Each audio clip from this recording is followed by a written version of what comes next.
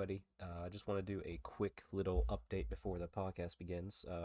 Later on, you're going to see some unpainted balloons from an event, which I thought they were LVO, but finding out that they're actually probably not from LVO. So I rescind my comments that you will hear about LVO not requiring painted stuff. But anyway, enjoy the show, everybody. Catch you later, and yep, sorry about the error. And welcome to the most caffeinated podcast you have ever seen in your life. That's right. It is the Strength Hammer podcast, episode 157, where Alex is tickling the balls of a strawberry monster can as he deep throats it live on air of this pre-recorded podcast. Hello, guys. I hope you're watching the video, everybody. Oh goodness, I was gonna commit and do it, but I couldn't. I couldn't hold my face. I get you. I get you. I'm moderately caffeinated. I had like a 2 p.m. coffee. Nice. Yeah, I only had a cup of coffee and a cup of tea today, and then because I had to wake up extra early. I think I told you for a client. Yeah. Client in Korea. So like we have a 13-hour difference or something crazy. So I had to wake up extra early. So I'm a little bit lower on energy than usual today. Spoiler: we were a little late last night getting through our game, which we'll talk about. Yeah. But yeah, Alex, how's your lawn?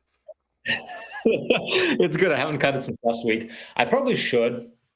So maybe tomorrow, if the weather is nice, I'll cut it. Probably going to be one of the last cuts. I'm guessing maybe one more. Don't you have like 3 more after that? That's what you said. You have 4 cuts. I told you. I prefaced it with, "I'm so bad at this. I cannot." But no, it's a little long. It needs to be cut this week or early next week. But at this point, it doesn't grow much, right? So like, I can get away from not cutting it until next week. But probably we'll try to do it this week. That's fair. It's fair. We actually had our first frost last night here in the western Pennsylvania area, so it stunted it a little bit. I don't need to cut the grass before like the town event going on. I'll probably cut it next week before we go to square based, and then I'll do one more the last week of October, I bet. Yeah, that sounds about right. Maybe the first week of November. Depends if it stays warm, but it's cooler. It's cooler now. You won't have to, honestly. But talking about the first frost, I woke up this morning and I slept with the windows open the last week just because it's been so nice out. And I woke up to 58 degrees. Oh, I know. I'm jealous. In our little. Yeah, not having a woman in the house who's going to be yelling at me. I woke up and I was so cozy under my blankets, and then I got out and I was cold, and I hopped into a very hot shower, and I spent like 15 minutes in the shower, and then I got out and it was so nice and chill. And all day I'm wearing this hoodie. It's beautiful. Yeah, I'm out for the season, as all husbands will know. Wow. When I woke up, it was 60 inside the house, which wasn't bad. Like, I'm like, that's fine, whatever. The cat doesn't bother the cats. I'm good. But I could tell my wife was cold underneath the blankets. And once I leave, the heat leaves too. Yeah. So I was like, all right. Yeah. And I looked out. I was like, what's the temperature outside? 36. And that was at like 7. I'm like, okay, turn the heat on. I lost. Well, you do it because you love your wife. Yes. But I will take the heat bill and a woman in the house then. A cold temperature, no woman in the house. Sorry, Alex, I love you, but no, it's I am excited to ride this wave as long as I can. I think as long as it doesn't go below 55, I'm not going to turn the heat on. I don't think it will. I think you're okay for at least a couple weeks. For a while, that's what I'm saying. Yeah. And if it gets below 55, it just gets uncomfortable at night, and all day it gets a little chill. But I enjoy the season when it's cold. Yeah, no, it's a good season. I am excited to be wearing the comfier clothes again. For sure. Yeah, for sure. Good. Well, my lawn, I guess we'll talk about a little bit. Like I said, it's good. It will need cut next week, as I said, but it's still doing good. The garden. I thought you abandoned the garden. I did, but I still need to till it over, and I'm like, and I did not do it today like I thought I would. I was hoping to have that update, but no, I was lazy. You saved it till later.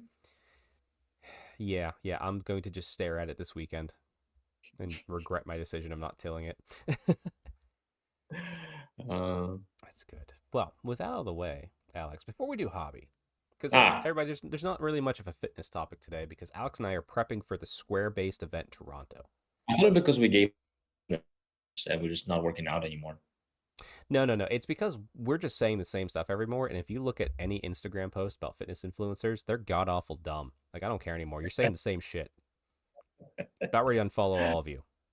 Uh, I almost unfollowed Jeff Nipper because I'm just like, bro, I don't give a shit about science based lifting anymore. Like, yeah, I don't know why his triggered me the hardest. I'm like, I don't care. Just lift heavy circles. That's all I've ever really been about. And I'm like, I no, feel my mind is nowhere caring about science based anymore. Like nowhere near.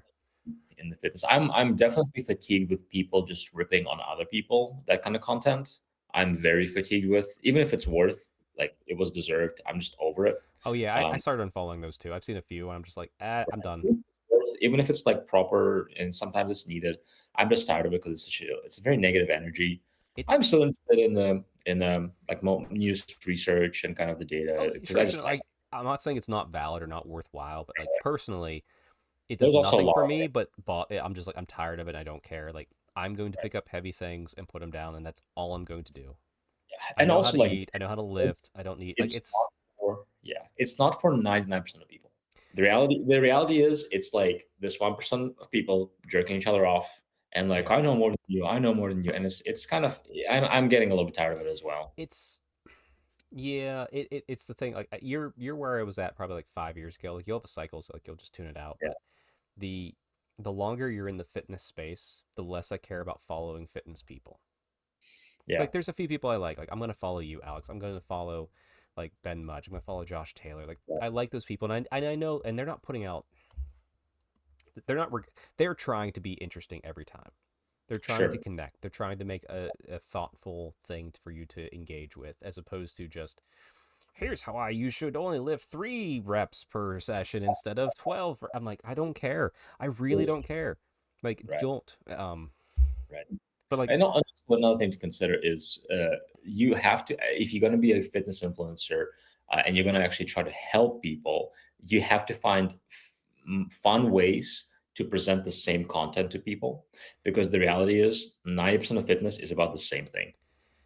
right. I mean, to be fair, Alex, I'm older than you. I think we were all aware of that.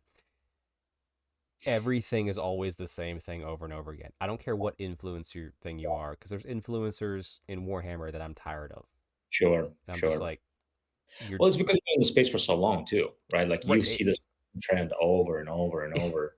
It's the meme of Parks and Rec, like it being in the hardware store. I know more than you.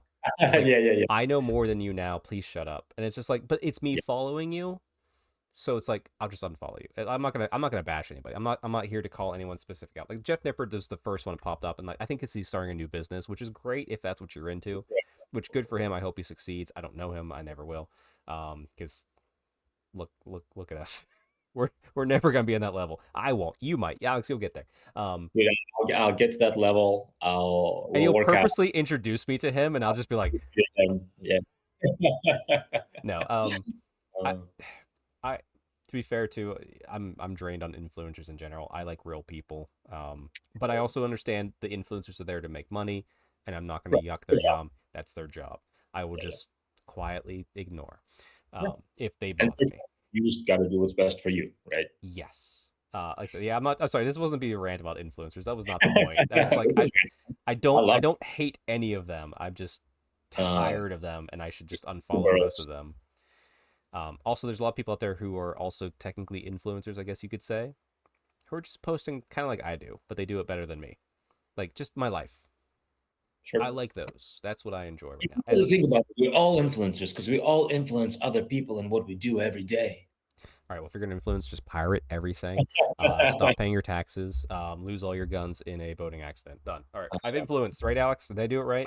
You've influenced. Perfect. I'm influenced. I feel influenced, Yeah, non-consensually. I'm kidding.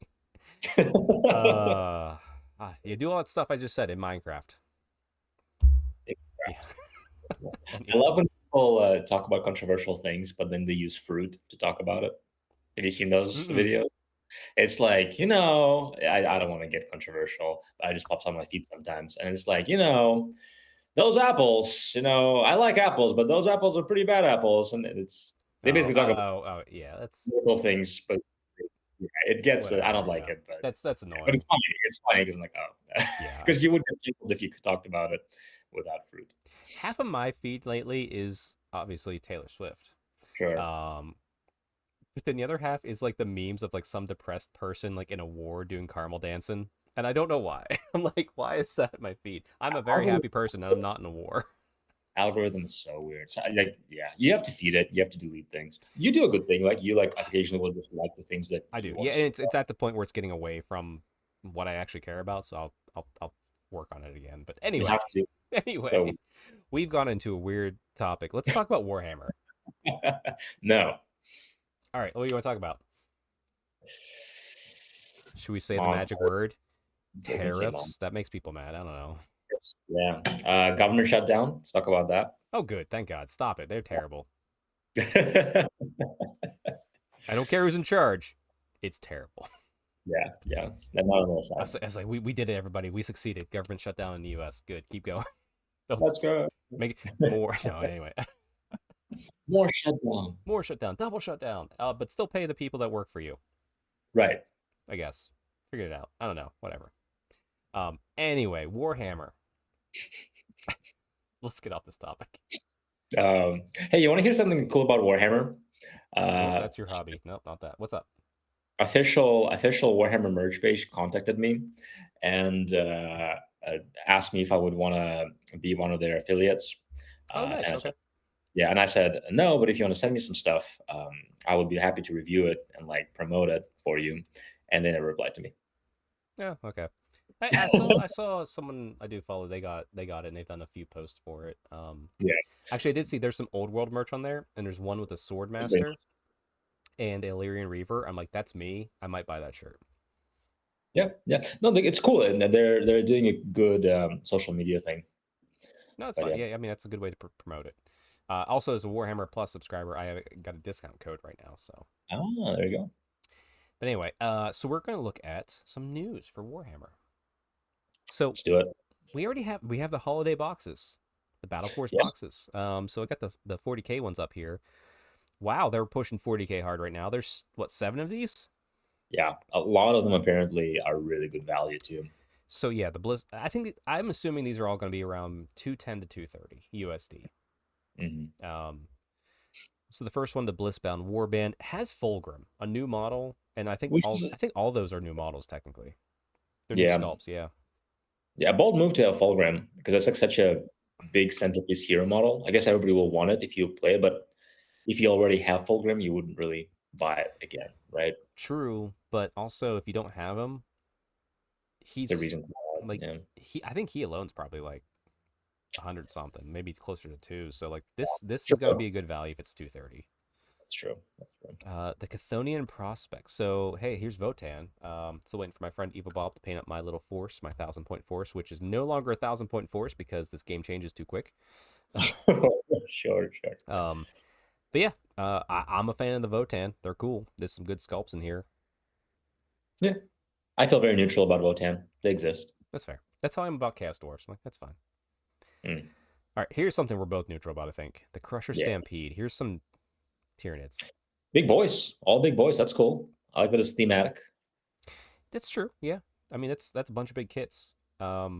Although, man, if I got this kit for Christmas and I opened it up and saw all that plastic and just came out with like 6 models, I'd be like, oh man. But it is pretty cool. Like if you knew what you're getting into and you just get like, oh, I want to get 5 big monsters. That is pretty cool. Honestly, I think this one specifically is good even for newcomers as well as veterans because if you're a veteran Yeah, Tyranid player, why wouldn't you just want more big Griblies? yeah. I love big monsters. Yeah. I just like monsters. That's fun. Yeah, they're cool. All right, and then the Farsight Cadre. So if you like the Tau, and you'll or the big Gunpla thing that's been going on lately, we did a whole Gunpla episode. Check that out. Yeah, here you go. But you get the name character as well as some cool Tau suits. And to be fair, this is the coolest part about Tau is these suits. Right. Yeah, I think once again the problem is like if you like Tau, you probably already have Farsight, so you're probably not going to buy this again. That's the But problem if with name characters in here. Yeah, right, yeah. same thing with Fulgrim. First, but if you're starting, obviously a great start. Oh yeah. I think these are made more for that in mind. Like Christmas, Sure. boom, you're starting this army. Yeah. All right, Iron Halo Strike Force. Do you like Space Marines? Yeah. This is the most bland Space Marine thing I've ever seen. Here's Yeah. Dreadnoughts, a BSB, a champion, and like I don't know, like just Marines go. This was the most balanced, right? Like, oh, here's an actual army, more or less. Well, Like we have. it's a thing. Like I look at it, like okay, some of these are veteran Stern Guards. That's cool. You have some characters. That's cool. You have the basic troops, like this, and some TAC Marines. You have an army, but like those Dreadnoughts, I'm pretty sure are just. Well, they actually no, they aren't anymore. They used to be interchangeable kits. I think these are individual kits now with the weapon options. Yeah, it feels very vanilla, but hey, if you're starting it like once you're starting an army, that's a good beginning. Now, what I will say, since there's no basic tactical Marines in here, what I Yeah, like about this is if I look at my 40k Dark Angel army, I could use all this stuff. As in, sure. I wouldn't mind having it. Yeah. So So this is what I think is good for a veteran and a new player. I think this, surprisingly, yes, even though it's the most boring looking one. It is most vanilla, yeah. All right, the Hellforged Warband. Do you like Chaos? I do like chaos, and I like this way more than the Space Marine kit. I don't like Chaos on Space Marines. I don't know why. Oh, really? No, I have too much trim. Yeah, well, sure. But I think this, I mean, this, I feel like is an army, but also is way more diverse. Like if I was getting in the hobby, and you get a tank, you get a or a transport tank, right? You get a cool hero, Yeah, you get monsters infantry, whatever they are, heavy infantry. You got monster. regular space marines, uh, a large unit space marines, and then a little spider thing. Like that's cool. I want more variety in my army. The silhouette of this is much more exciting. I will agree to that for sure. Yeah. All right, now probably what I think would be the one that would be the most enticing for everybody out there, the Yeah, Krieg Siege Platoon. that's cool. 2 artillery. This is all newish models within the last 2 years. But like, if you're starting an Imperial Guard army and you want to be Krieg, you're buying 2, 3 of these. I bet. This is cool. I Yeah. this is my favorite kit out of here. I like Krieg a lot. Mm-hmm. And this is how it should be, right? Artillery, a lot of infantry, your command, your HQ, very cool. I'm just sad that they didn't put in at least one unit of the riders, because if they Yeah, had that, they had all the new Krieg stuff in there besides the kill yeah, teams, and that would be phenomenal. Like they would sell out. They would like make nothing but this. You'd sell out of it. yeah. They could have taken one unit of infantry out, even a whole unit of 10 out, and had 5 horsemen, Yeah, and still worth it. Yeah, yeah. You're right, you're right. But it's almost perfect. It's almost almost perfect. perfect. But hey, this couple horses good, and a Valkyrie. Yeah, no, it's. I think they are cooking, as the kids say, this year with the Christmas kits. They are. Now, however, let's go to the Age of Sigmar, where the kids say they are cooked. Okay, sure. So we have some Skaven. Now, here's the thing: for Warhammer, Age of Sigmar, this is cooked. Now, if you Are you bought, using this positive or a negative? that's negative cooked. Yeah, I don't like it either. Yeah. Now, if you want to buy this kit and use it for Old World, you're cooking. Because the Storm Vermin are so much better in Old World than they are in Sigmar. Yeah, I don't know what you would do with the rattling big thing. I would just Using do rattling like gun. Doom Wheel or something. Like you get like Oh, Doom could work. Yeah. yeah. I Okay. mean, to be Yeah. fair, it's a Skaven thing. If you proxy it, no one's gonna care, especially Old Yeah, World. literally put some blades in it. You're down with your Doom wheel. Yeah, that's cool. Exactly. Yep. No, you're getting a lot of value out of it because you have 3 gun teams, and that can be 3 divisions with Storm Vermin right there. You probably already have some clan rats. Yeah, this is actually really good for Old World. It's great for I Old don't World. think it's for AOS. It's 50-50 for AOS. Some things are good, but the Storm Vermin just take it down a notch. Yeah, that's Um, okay. it's fun. So Lances of the Crimson Keek. Keep. I can't speak. I think you Sorry. should quit. Chuck. I think you should quit. I This should is quit. this. All right, everybody. See you later. No. I'm taking over now. So what do you think about this? I like this I love everything about this. a lot. Yeah. No, I think this is super cool. If I were interested in starting an army, obviously it's very elite, right? But boy, this is cool. So the one death army that's always intrigued me would be the Luca Vest, the monstrous vampire lady, and I would want She's the one that like the centaur vampire dragon thing. Yeah, their dynasty name is. I don't remember, Yeah. but she likes the monsters, and she used to be a blood knight. So like That- this plus her, I'd feel really cool about starting that if I was playing Age of Sigmar as aggressively as I used to. and these are such beautiful models. Oh I my mean, god, yeah. literally every model in this army looks beautiful. Yes. It's tempting. It's tempting, no doubt. Big fan of the new dragon too. I mean, that is such a. I mean, Yeah, come like I said, on, Old World or beautiful model. Sigmar, you're good for these, 100%. And maybe that means that we can use the other kits in Old World. They bring back vampires. We can only hope. I only hope. All right, then the Dankhold Rampage. Okay, trolls are always cool. Why can't I speak today? Ah, sorry everybody. Trolls are always cool. Yeah. I even like the old swamp trolls. I like the new trolls. I painted a few of these up. They are super cool. Um, the named character, I forget his name. Trug. The Troll King. Yeah. He's cool, but boy, this looks like if you've never started this army and you want to, buy this box. I can't think of a single person who's a troll player that does not already have everything in here tenfold. Yeah. Yeah. Yeah, maybe for somebody like me who maybe has like a few trolls in their army and they have mostly goblins and squigs, this could be a good like, okay, well, let me expand. But Oh, sure, yeah, yeah. it's a lot of trolls. It's like you're committing to a troll army with this one. Or if you have orcs and goblins in Old World, this is Yeah. all the trolls you will ever need. Trug's a giant, honestly. So is the other guy there. I forget his name. Uses troll hag too. You could, yeah, it's true. You could do troll hag. That would be fun too.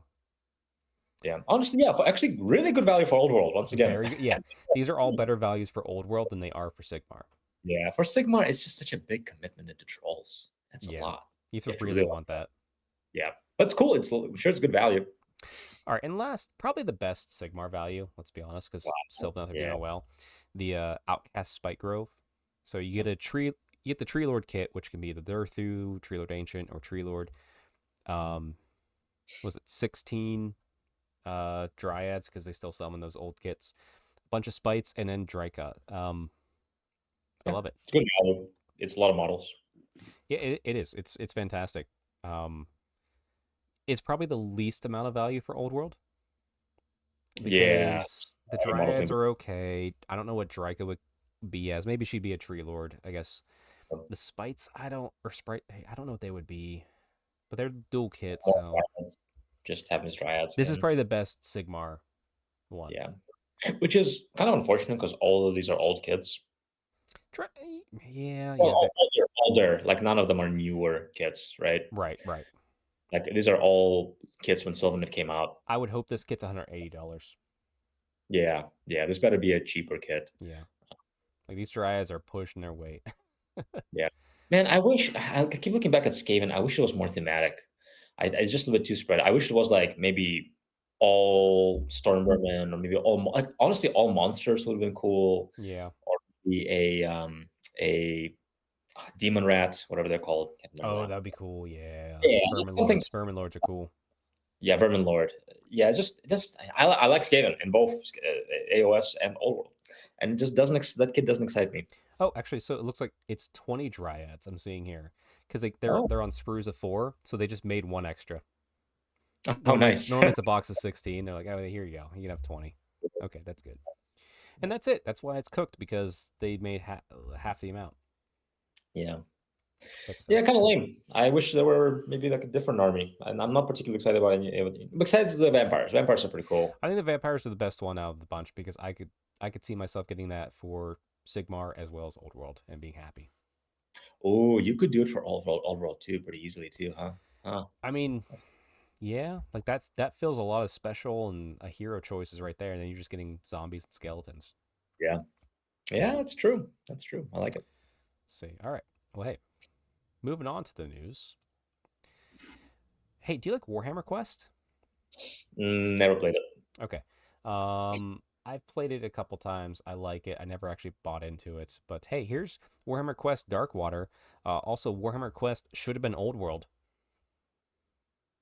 I thought it was Old World when I saw I it. thought it I'm like, was oh too. yeah, and the lady, and the female knight, and a dwarf ranger. But no. So this is in like an old abbey church type thing. Mm. So you have a paladin. For me, that's a Bretonian paladin, a Bretonian damsel. You have some sort of Empire Knight, and you have a Dwarf Ranger. Yeah. Yeah. And I they're don't think it is, but it'll be cool. that's what they look like to me. Yeah. Well, the paladin has S on the shield. Yeah, I'm sorry. I can Photoshop that too if I want to make it a B again. I don't give a crap. The lady on the right looks a lot like a Fey enchantress, though. And I even the know. water going into maybe Well, it was made for Old World and then they it switched. if it's I'm so confused because but if you look at the enemies, so these are Yeah. there's clearly Nurgle. You see the Plague Knights back there. They're the enemy. Some sort of new character. And then we did see the rumor of some Nurgle updates. So these are probably Pestigors, which don't exist in Sigmar Yeah. yet, which is Right. cool. Um, Yeah.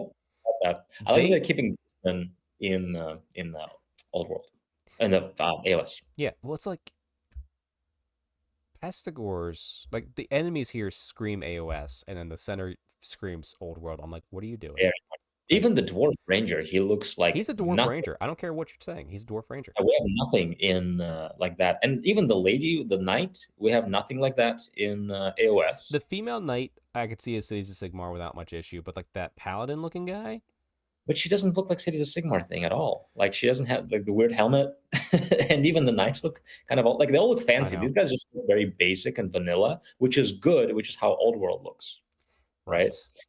So you're gonna It's, see these four appear in Old World games, and then yeah. well, people are gonna buy this box. It's this is Warhammer Quest Old World, and they're not fooling us. That's all I'm saying. You know what? There's a good chance I'm going to buy this kit because I see some really cool models. I mean, do you see the trolls, the Nurgle trolls in the In the background? back, yeah. And I never have anything Nurgle. And Nurgle, it's probably one of my favorite chaos aesthetics. Really, it's one of my least favorite. Yeah, I like Zinch, but I think I like Nurgle as much or maybe even a little more. So you and I are exact opposites. I'm Slanesh Korn. That's the only two I really That's care about. funny. We're so opposite. Yeah, but I like Zinch and Nurgle because of the aesthetic. Zinch is so colorful and vibrant and crazy, and Nurgle is just. I mean, every Nurgle model looks so cool They to do look me. cool. Yeah, they look cool. The theme of them I don't like gross, smelly, rotting guys, but the actual models are so gorgeous. What I will say is I've yet to pick up a Warhammer Quest. I might buy in on this one. Yeah. I'm gonna buy in on it as the game itself, not to use for anything else. Oh, really? Okay. Just like if a standalone version of Warhammer Quest that would be fun to play with friends. Yeah. Well, maybe if you buy it, I'll just not buy it and just play with you. That's fine. Or I mean, if you want the See. models for your own stuff, there you go. But we'll see. That's true. We'll see more about it later. But yeah, it's cool. I'm excited for the models. Yeah. I think they are going to cook because I mean the Silver Tower when Oh, those these are models all came, going to be great models. I'm not questioning that at all. I'm excited. I'm actually because I'm pretty sure. I hope what they do is like the Blight Kings are going to be all custom new Blight King sculpts, right? I And could like that see little. those being the only things that aren't new. I hope they are though, because I mean Well, the when they did Pestigors will be new. Those trolls in the back will be new, and the four heroes will be new. and then looks like we have maybe a smaller version of Great Unclean One. They're pretty cool Well, too. maybe it's true. That's true. Gonna be a lesser demon of Nurgle, like a lesser but still Great Unclean One. I don't know. I could see that. I could see that. I'm excited. I'm genuinely pretty excited to see the models and then decide. Yes, I say I'm probably gonna buy this if it's less than $200. Yeah, I can't imagine it being more than that. All right, and then last bit of news for us to talk about, since you and I are the horse heresy nuts on this podcast. So you remember a while ago they gave us the inductees. Mm-hmm. They're still cooking, and they're like, hey, here's the Black Shields. Which, do you know what a Black Shield is, Alex? No idea. So Black Shields are the members of a legion that left. So like some fell to chaos and went sided Horus, but not everybody inside of it liked it, and some of them escaped. They became the Black Shields. So they created their own sort, not chapter, but they're their own little mini war bands. Mm. So they've given us rules now to make our own Black Shields. So you can be like, That's here's cool. a unit you can just kind of ally in that's gonna have its own specific rules. Like think of it as little like kill teams within an army. Okay. Because Like like these are renegades. like it could be 5 guys from the same legion or five Yeah. guys from a different legion. They don't wear the colors because they're like, screw that group. They want traitor. I don't believe in them. Um, Mm, some cool art here that they gave us, and then yeah, like the let's go to the downloads. We're not gonna read through the downloads yeah, because yeah. this is a very extensive document. This is Sure. 14 pages. I love it. Like, holy, this is almost an arcane journal of stuff for For free. free for Horse Heresy. Holy crap. But yeah, like we'll just scroll through it, but man, thank you. Like, just for free. Have fun. Go play it. It's legal. It's tournament ready. Yeah. That's interesting. Yeah. Black shields are cool. That makes sense that they existed, but I didn't know they were called black shields. Yeah, it's super cool. I am excited to add inductees to my army, but not black shields yet. But maybe one day. Maybe once you like play with it more and get some lore involved. Or once I clear off all the Grand Cathay. Sure, fair enough. Which I'll talk about my Grand Cathay painting later. Very But for good. now, we do have some hobby to talk about. Mm. So first up, something I'm going to talk about that arrived recently. Yep, that's it. Wrong picture. My signed copy of the Taylor Swift album "Life of a Showgirl" arrived. Of course. Yes. I got to.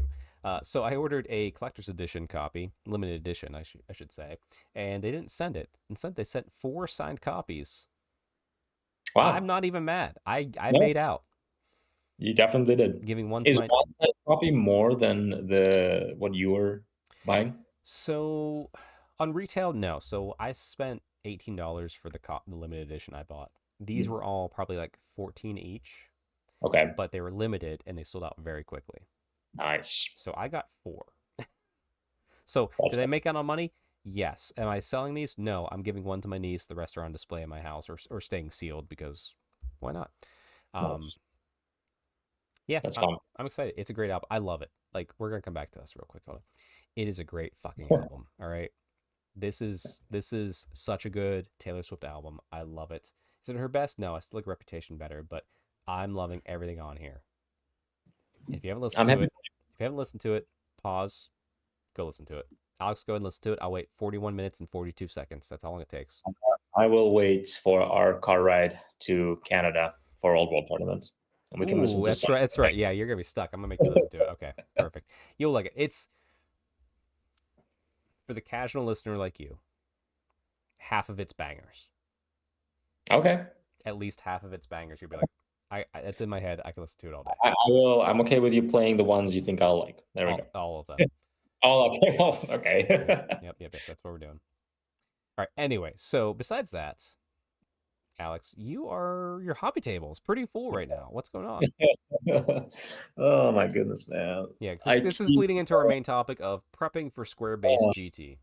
I keep going between awful black despair and being extremely excited about getting it done and dialing in. But yeah, no, it's I have a lot of models I need to paint and build. This is some of the stuff that I sent you for the Old World Tournament that it's still exactly in the same position on my table. Okay. I have to convert some of it. I have to base and prime and paint all of it still. And I'm still waiting for 5 more models to arrive. Are you sure you shouldn't just use other models you have painted already? Nope. I'm committed. Dude, I have a week. I'm fine. That's what I'm telling myself. So I have to submit a list tomorrow. Yeah, we'll get it done. At time of recording, we have to submit our list by tomorrow. Yes. Yeah, it's dude, it's so much. It's so much. How many models in total? 15, 25, 30 models, about half of them cavalry. Oh no, sorry, I plus squigs. 33 models, half of them cavalry, half of them infantry, and then 3 monsters. Okay. So let's rephrase some of the concept of this. So we're going to the Square-based tournament put on by Val Heffinger in Toronto in a week or so. What is your intention for this event? to get this army done and have fun with it. It's Okay. it's a themed. You've seen it. It's a themed Yes, army. we'll talk about that in a second. But okay, so you get this army done. You show up. You go 0-5. Are you happy? Yeah. Okay, As long as I had good games, which Old World is a great setting to have good games and have fun. that's fair. Okay, no, that's we have to preface like this and get that around there. Yeah, this army, I'm very happy if I go on 5, but I have fun things that happen to every game, right? Because the thing is, this list can kill stuff, right? Oh yeah, absolutely, absolutely. Right. We'll It's talk about it, but it's not necessarily going to survive because it's also this list is relatively easy to kill, or at least kill 3/4 of it. if you swing first, this army dies. Yes, Or if your opponent swings first, this army dies. If you swing first, you'll kill them. right, right. No, And also, there's not the way our army works is it's a lot of random moves, right? So you are yeah. kind of in the hands of the dice, so to speak. Which I'm He did put, generally speaking, for this list, you have a lot of hands and dice. Doom divers, everything's just really kind of like I love pool it. based. I love it. And that's exactly the theme. And honestly, I would make it even more themed and bring even more squigs and even more random things. Like even my things that shouldn't be random are random, like frenzy. I have a frenzy flag on my wolf riders, right? Oh yeah. So it's the whole army is like a monster squig heavy kind of random dice, roll hot, roll poorly, um, kind of a theme, which is No, fun. I get you too, because I remember Age Sigmar end of second edition. I went to a tournament, and it was 4+ the army, because it was everything in my army was something that random that would happen cool if I rolled a 4+ at certain Right, points. right, And there was one game it all happened, and it was the best right, game I've ever had. right. And the other ones it didn't, and I lost. It was fine. Yeah, there's going to be games where I roll 16, 17, 18 on my 3d6 movements, pull off crazy charges, and it's all going to work perfectly, and I'll kill my opponent's general turn. It's like something like that's going to happen. And then I'm going to have games where I roll poorly and my opponent gets control where I go. It, it's And inevitable. yeah. It's gonna be part of it, unfortunately. But yeah, I'm the same. I'm okay going 0-5. Hmm. Like I'm mentally ready for it. I want to have 5 fun games. Um, as such, though, I have less to paint than you. Yes. So we'll hopefully, when we record next, Alex, next Thursday, Hmm. 1 week from now, that you're telling me that army's done. It's all great. No, there's no way. I'm going to be painting that night. Oh, Okay, what do you think I'm going to be done the day before we like the afternoon of the day before we have to leave? No, it's going to be afternoon. We're until. leaving in the morning, sir.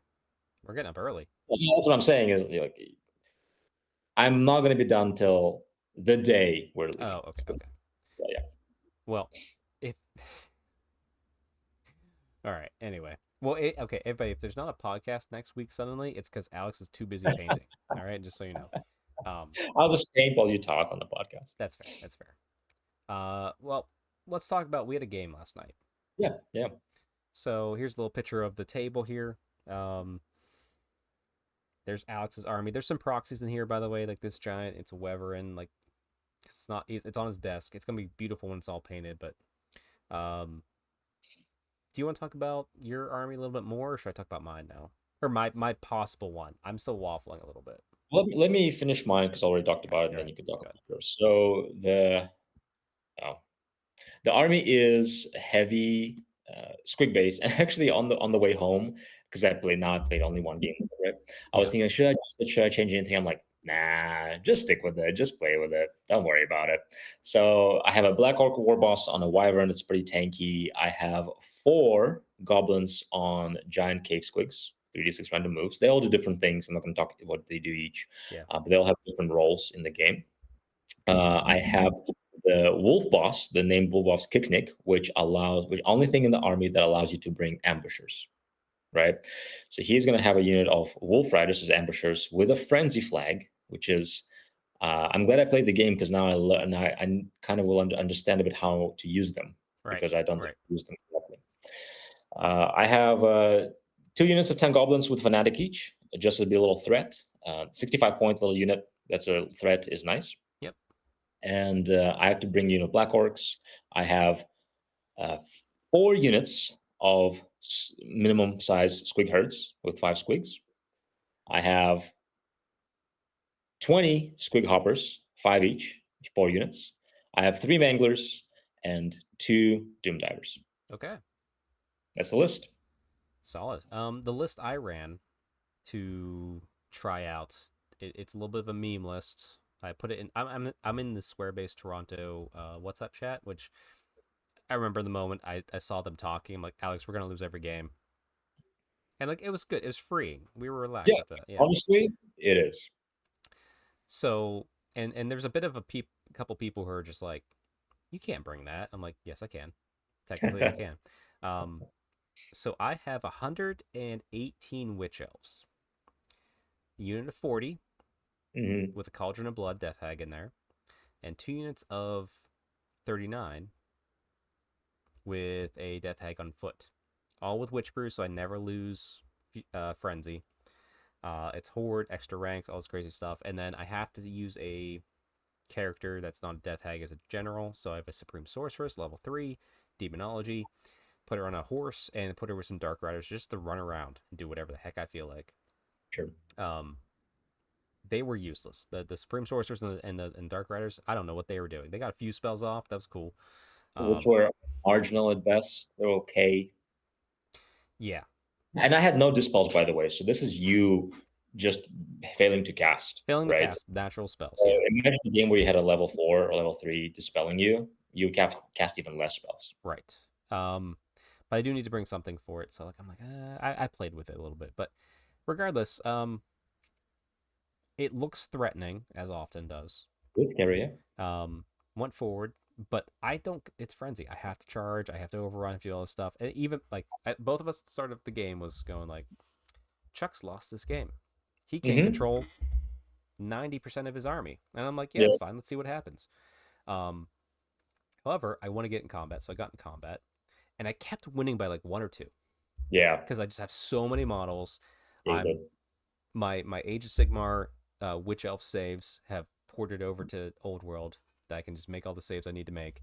Um, so not saying I didn't win, but we ended up being a draw, which was closer than expected, honestly. Like it was like, And those winning by 1 or 2 mattered so much to you because it just meant that, and my leadership wasn't the best. It meant you counted as charging very often, yes, so I keep right? getting the extra attack with frenzy because we're using the renegade rules, obviously, so I'll get like the full For sure. attacks and everything. Yeah, but Yeah. yeah, it was fun.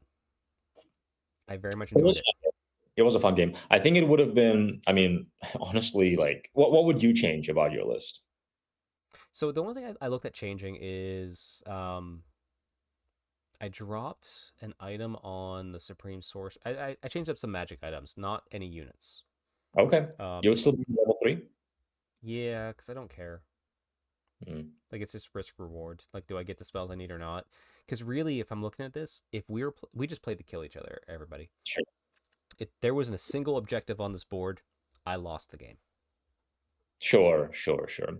Yeah, yeah, that one spell that if it goes off might be The helpful, Steep right? The Shadows, yeah, yeah. yeah, But that could still, be good for I can't dictate where I'm going. I'm just going to hopefully to kill you. right. However, there's an award for most battle points and most losses. So I could Yeah, kill a lot of stuff and lose every game still. that could be Um, fun. That could be pretty fun. Honestly, the biggest urge to bring this right now is the fact that putting down that many witch elves, someone goes, "Holy shit, Yeah. what's wrong with you?" And I'll be like, "A lot. Let's play." It's scarier than you than one would think, right? Yes, it's a lot of Yeah. dice. Like you charge it in the rear, it's like that's great. Here's still like 2 attacks each from every girl in the rear rank. I don't care. It's great. Yeah. I don't know. Think about it. Think about it. It's so my prep for this right now. I'll come back to us since we don't need this anymore.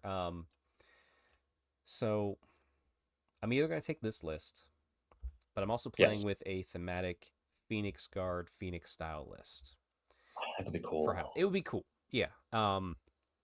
The intention is still the same. Just cool. Have 5 games that are awesome. I don't care about winning. I think Phoenix Guard are more likely to do decent. I might get 2 wins out of it. I would imagine. Just Thank you too. yeah, 'cause I have survivability, but um, excuse me. So that's what I'm figuring out tonight. So by tomorrow, I'll submit my list. Um, and honestly, what I'm doing, I'm gonna be like you, Alex. I'm gonna make my list. This is my list. All right, what secret objectives work for? Because we have to submit secret objectives too. I have no idea how this works. I don't care. Or, yeah, There's no. also a thing too where if I take this dark elf list, I have to make a baggage train. You can make a baggage I know train. I It'll got a be week. cheap. I could. Yeah. And also, then you could use it. I guess you could bring it to other tournaments with the baggage train. Exactly. We'll see. But Which also means I forgot. I keep forgetting. I need to make a baggage train. 53 models. Let's go, Alex. Yes. But so that's me and Alex's main mode right now. Normal lifting is happening, but yeah, we're trying to get ready for this event. We'll figure it out. So next week I'm going to scale down my lifting a lot. I might not even pain a lot. just work out from home. Yeah, just get everything done. That's fair. Well, any other things you want to call out for the prep before we wrap up our portion before we head over to me and Neil? I don't think so. I will say that even if I lost the game yesterday, I would have had a lot of fun with this list. Yeah. I mean, yeah. Almost every game I have, I feel like I'm going to have fun moments I'll remember, because even our game, how many times did I like, oh, 16-inch move, I made a charge. Quite a few, or yeah. Like, oh, 7, or like, oh, 5 inches. Okay. You just, but it's like, it's so memorable and it's so fun. And it's just, and when it works, when you do make the charges, how many times was I surprised by how much damage Screws can do? Oh, yeah. Surprisingly, like, yeah.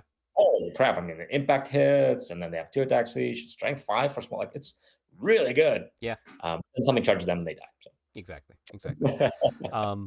Yeah, no, for me, I would not hate playing this list. It's going to be a nightmare because I have to figure out how to transport it up comfortably. But regardless of that, it would be fun. There would be memorable moments. Boy, and it'd be cool just to be the guy out there and be like, I have this many witch elves. Do you? You are the witch elf guy. I know, but like you couldn't bring another cauldron, huh? Because that was really good. I don't know. I don't have one on Square. Oh. Doesn't mean I can't convert real quick. Because I mean, that unit was so tanky. So yeah, but you can't have 5+ words, right? You can't have 2 of those spells at the same time. I'd have to look. I don't know. I might be able to. If you can, I mean, that was pretty good. That's a lot more points eating up though. Yeah, it's less witch elves. It is less witch elves. It doesn't matter. But hey, it'll be fun. So hey, by next week, everybody, you'll know what we have in there, either by this podcast or by checking out BCP. Very good. But yeah. More than that, Alex, good luck. Godspeed. And then stay tuned. Me and Neil will be chatting possibly the new Arcane Journal. Ooh, sexy. Yeah. All right. Catch you guys later. Bye. All right, and we're back. Had to get my game face on there, Neil. You saw that. On off. Yeah, no. And scene. Yes. No, I talked about work for a second, so I had to shed that real quick. Ugh. Yeah. Oh, gross. Hey, it could be so within me and Alex got spicy real quick in 30 seconds. But in weird off topic. So we will not do that here with me and Neil. Yet.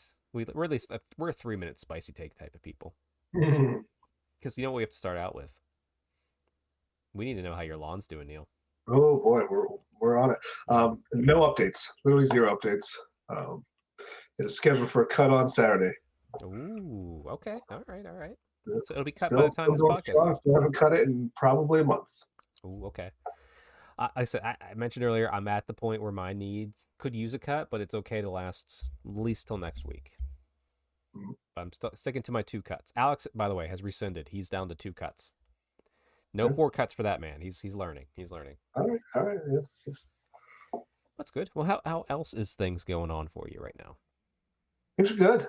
I got some printing I got to do. I just printed a baggage train for Mr. Hayward.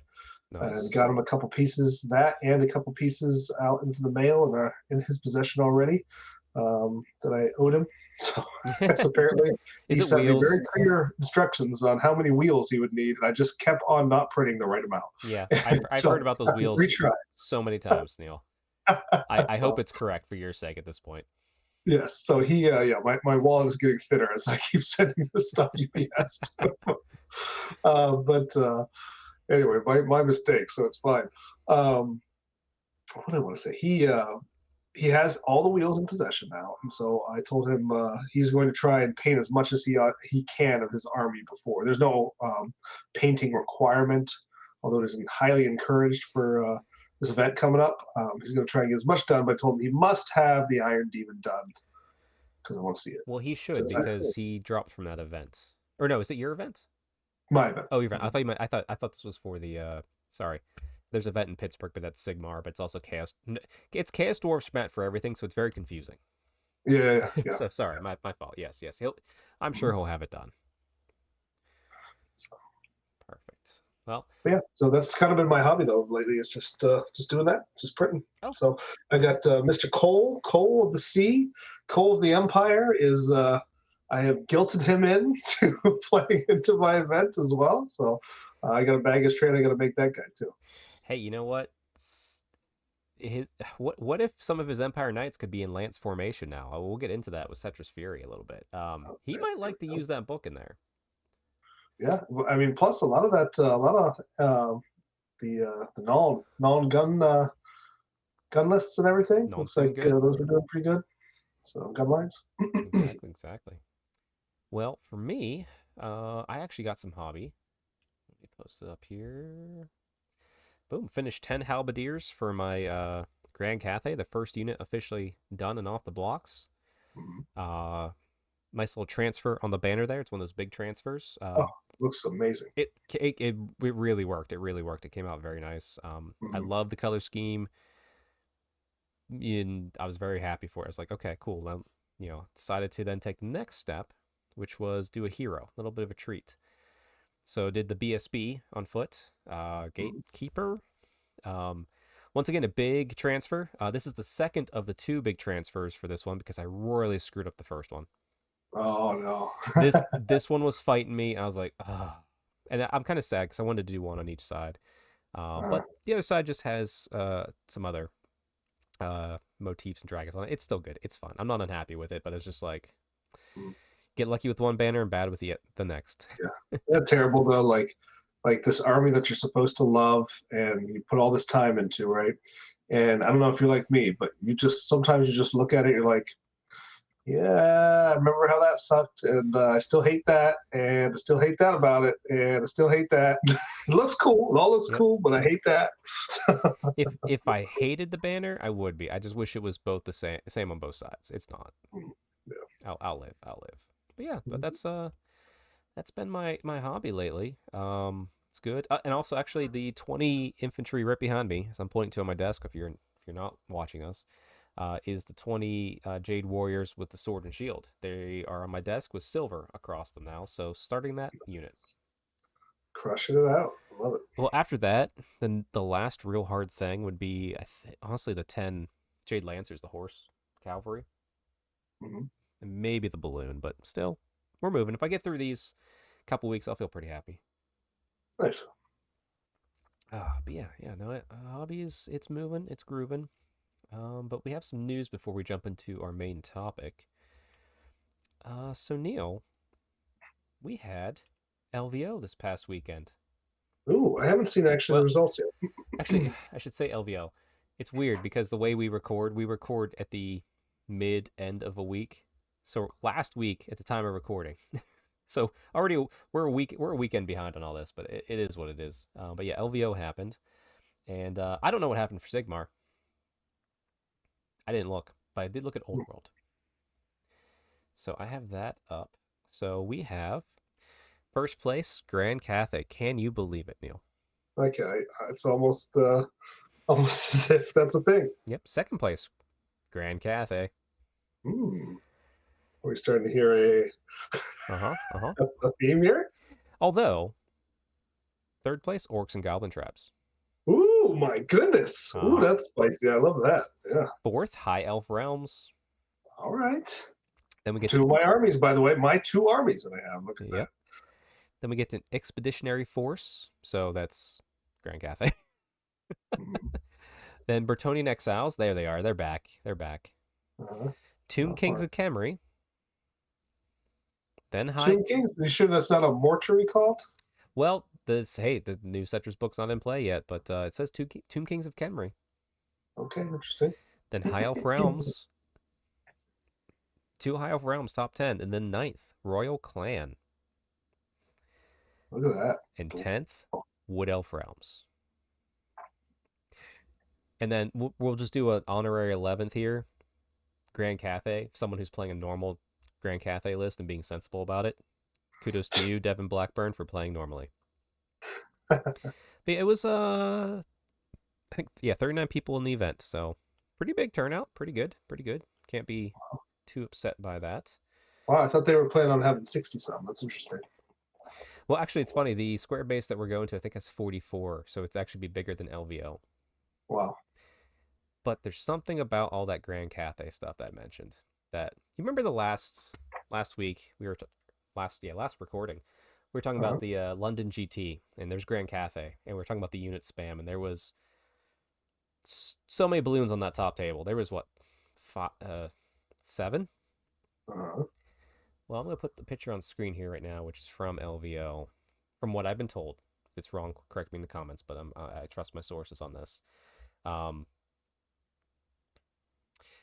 Yeah, so here's some of the top tables with Grand Cathay from LVO with, I see 1, 2, 3, 4, 5, 6, 7, 8, 9 balloons from Grand Cathay here. Only 3 are painted. Only 3 are painted. 3 by one guy, by the way. Yeah, one guy. Yeah, one guy. And 2 of them are really cool conversions because clearly he just likes them. And you can kind of tell that the 3 that are painted, pretty basic. It's basic, yeah. It's. But we'll take it. We'll take it over the alternative. These, because the rest of these bastards aren't even primed. Right. Not even primed. So here's my gripe. Not that people are playing with unpainted models, but Neil, I should close that picture. It's disgusting. It's disgusting. Neil knows why I ended up running Nova Open for a couple years. Because one of the things I complained about was your national level event. Fucking act like it. Why am I playing unpainted bullshit? Oh, yeah. With LVO, and listen, it was fine. LVO, don't allow it. You need to have painted stuff. What's the point of this fucking hobby? Like, I have Grand Cathay staring me in the face right now, all primed and zenithal, and I'm painting it slowly, even though I'm kind of tired of painting because I want to have this army painted. I'm sorry. Yeah. I'm not upset. You can't be. It's don't be. I'm not upset at the player. I'm more upset at the game. LVO, you need to require that. I'm sorry. It's your national. You're not some local level tournament. Even a regional. I could be like, okay, yeah, sure, whatever. That's newer army something. But your national level event, you have global eyes upon you. You have support from the official company probably doing this stuff. Yeah. You need to require painting for your stuff. I don't care. It's dumb. Yeah, that's a sad state of affairs, especially when the thing about that army is just how cool it looks. The thing about those balloons are they look sweet, all rules aside, and whether you great models, say what you will about that, and everything, but I mean the models themselves are sweet looking. So if you don't paint them though, what's the point of you being in the hobby? If you care about winning that much, all negatives, right? Yeah. If that's the type of person you are, just go play Magic. I don't know. You don't have to paint those. You buy sleeves maybe at most. Sure. Right. Yeah. Oh. Yeah, I get it. And this is if I do run another game night old world narrative and everything, I'm giving everybody this one, right? Sure. But everything from here on out, this is the only time I've ever run an event that didn't have a full painting requirement. It's the only time. Yeah. I think I've done one. I think one Teyrathi I was allowing not because it was kind of last sort of minute on the game system. Yeah. But yeah, after that, it's too bad. And we got 13 signups right now, so it's not like yeah, we're blowing them out of the water. And I will say, actually, Brood Brawl, I think everybody was painted there. Yeah, I believe. Yeah, you know what? No. One person, one or two people weren't, but. There's 20 people there, so that's a pretty high percentage. Right, so. But that's a different level event too. I'm not calling out a local or even a regional style event. National event, I'm not calling out for not having a fully painted thing. I'm just saying that's pretty damn good for somebody who didn't even have a painting requirement, right? You get 18 out of 20. Yeah, exactly.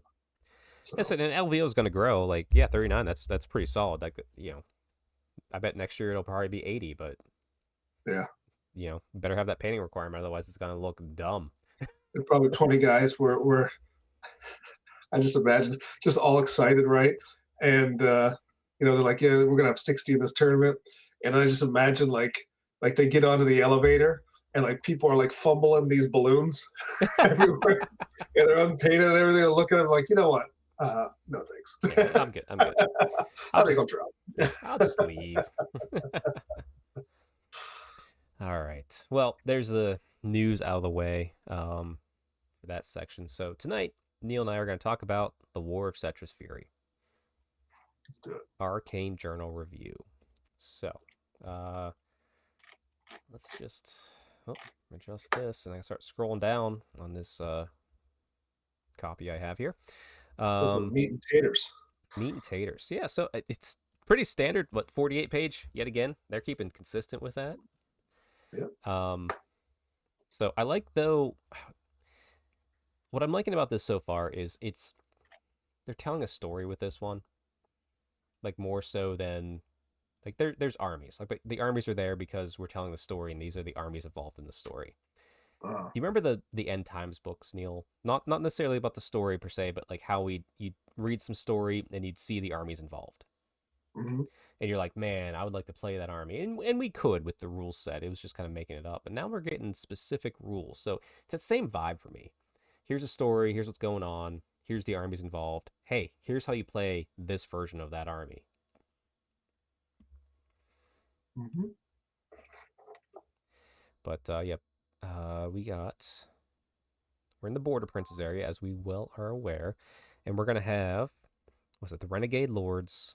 No, that's the characters. What is it?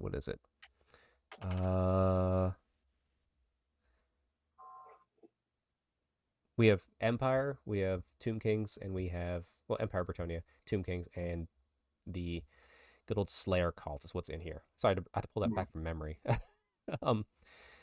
But we get the map, we get what's going on. So the Lawless Realms, that's where like the Bretonnian and Empire sort of stuff combines.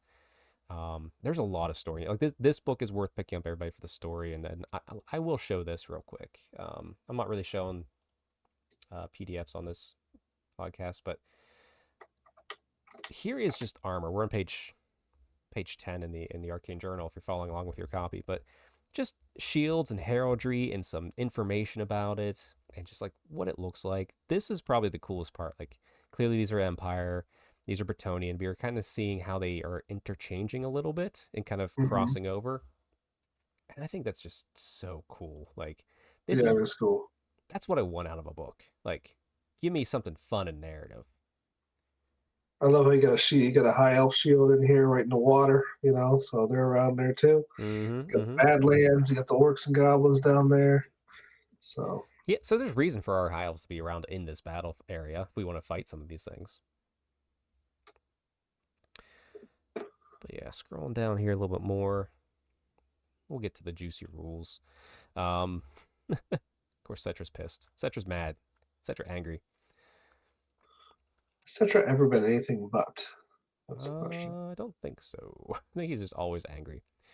Now we do have, actually, before we get into the army rules, the zoom can happen here.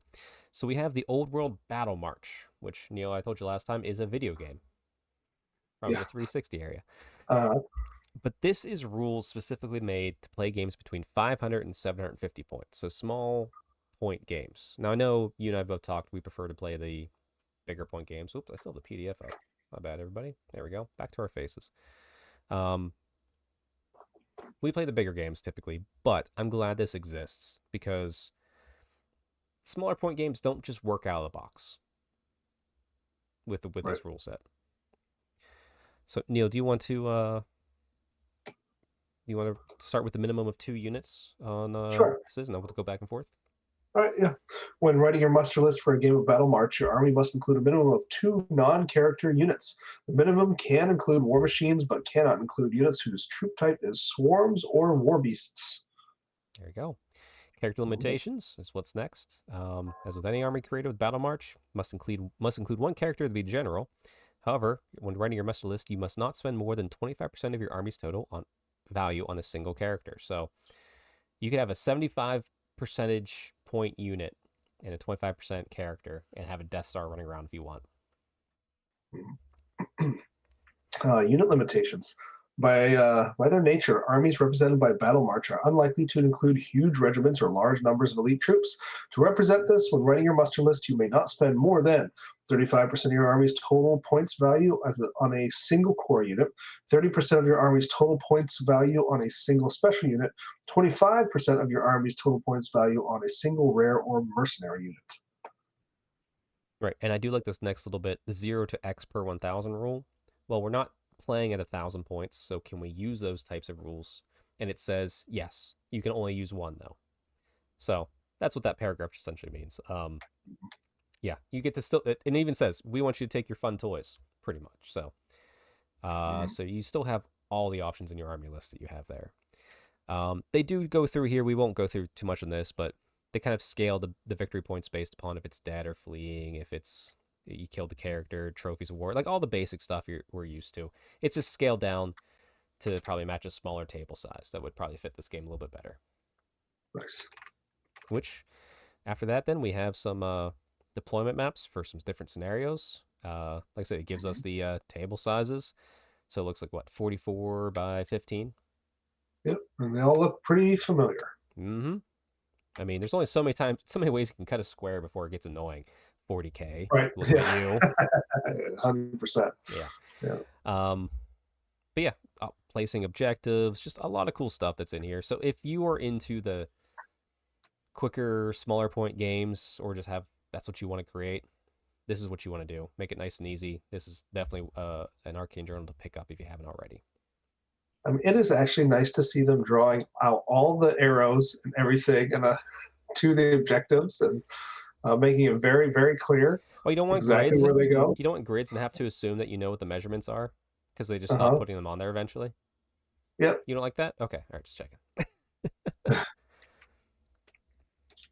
I think it even says, like, yeah, objectives, just like everything else, they're 40 millimeters, so keep it simple. All right.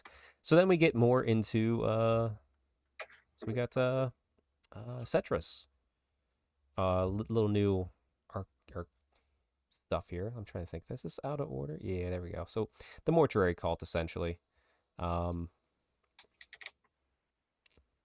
So essentially there's... Okay, Neil, do you remember when they said that there's going to be new character mounts we can take for Settra? Yep. There's one. That barded steed that you can now buy in the box. Oh, there we go. That's it. Yeah, it's a mount. A prostitute. Mounts. Mount. Not really. We can't put cool things on everything. Like what's those snake boys? That would be the cool thing. I can't remember their name. Anyway. Oh yeah.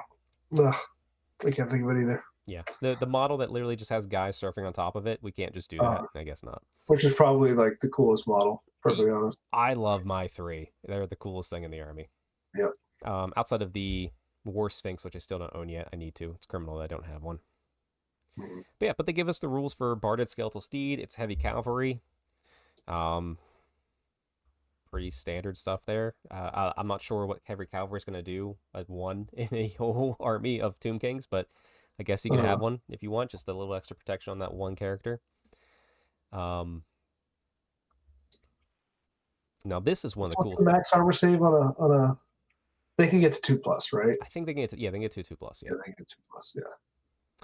Now this next thing is what's interesting, and it, like I said, it's criminal. I don't have one yet, but a winged war sphinx.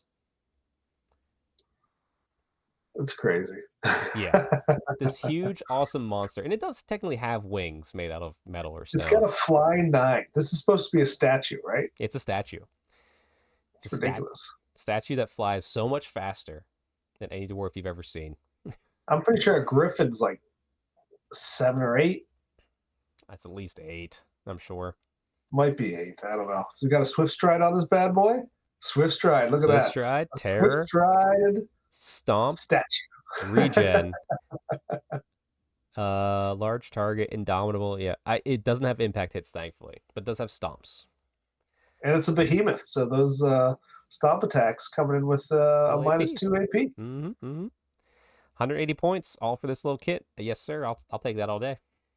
Nice. It has the breath weapon. Who cares about that? The sting, not so much. But yeah, 4 attacks.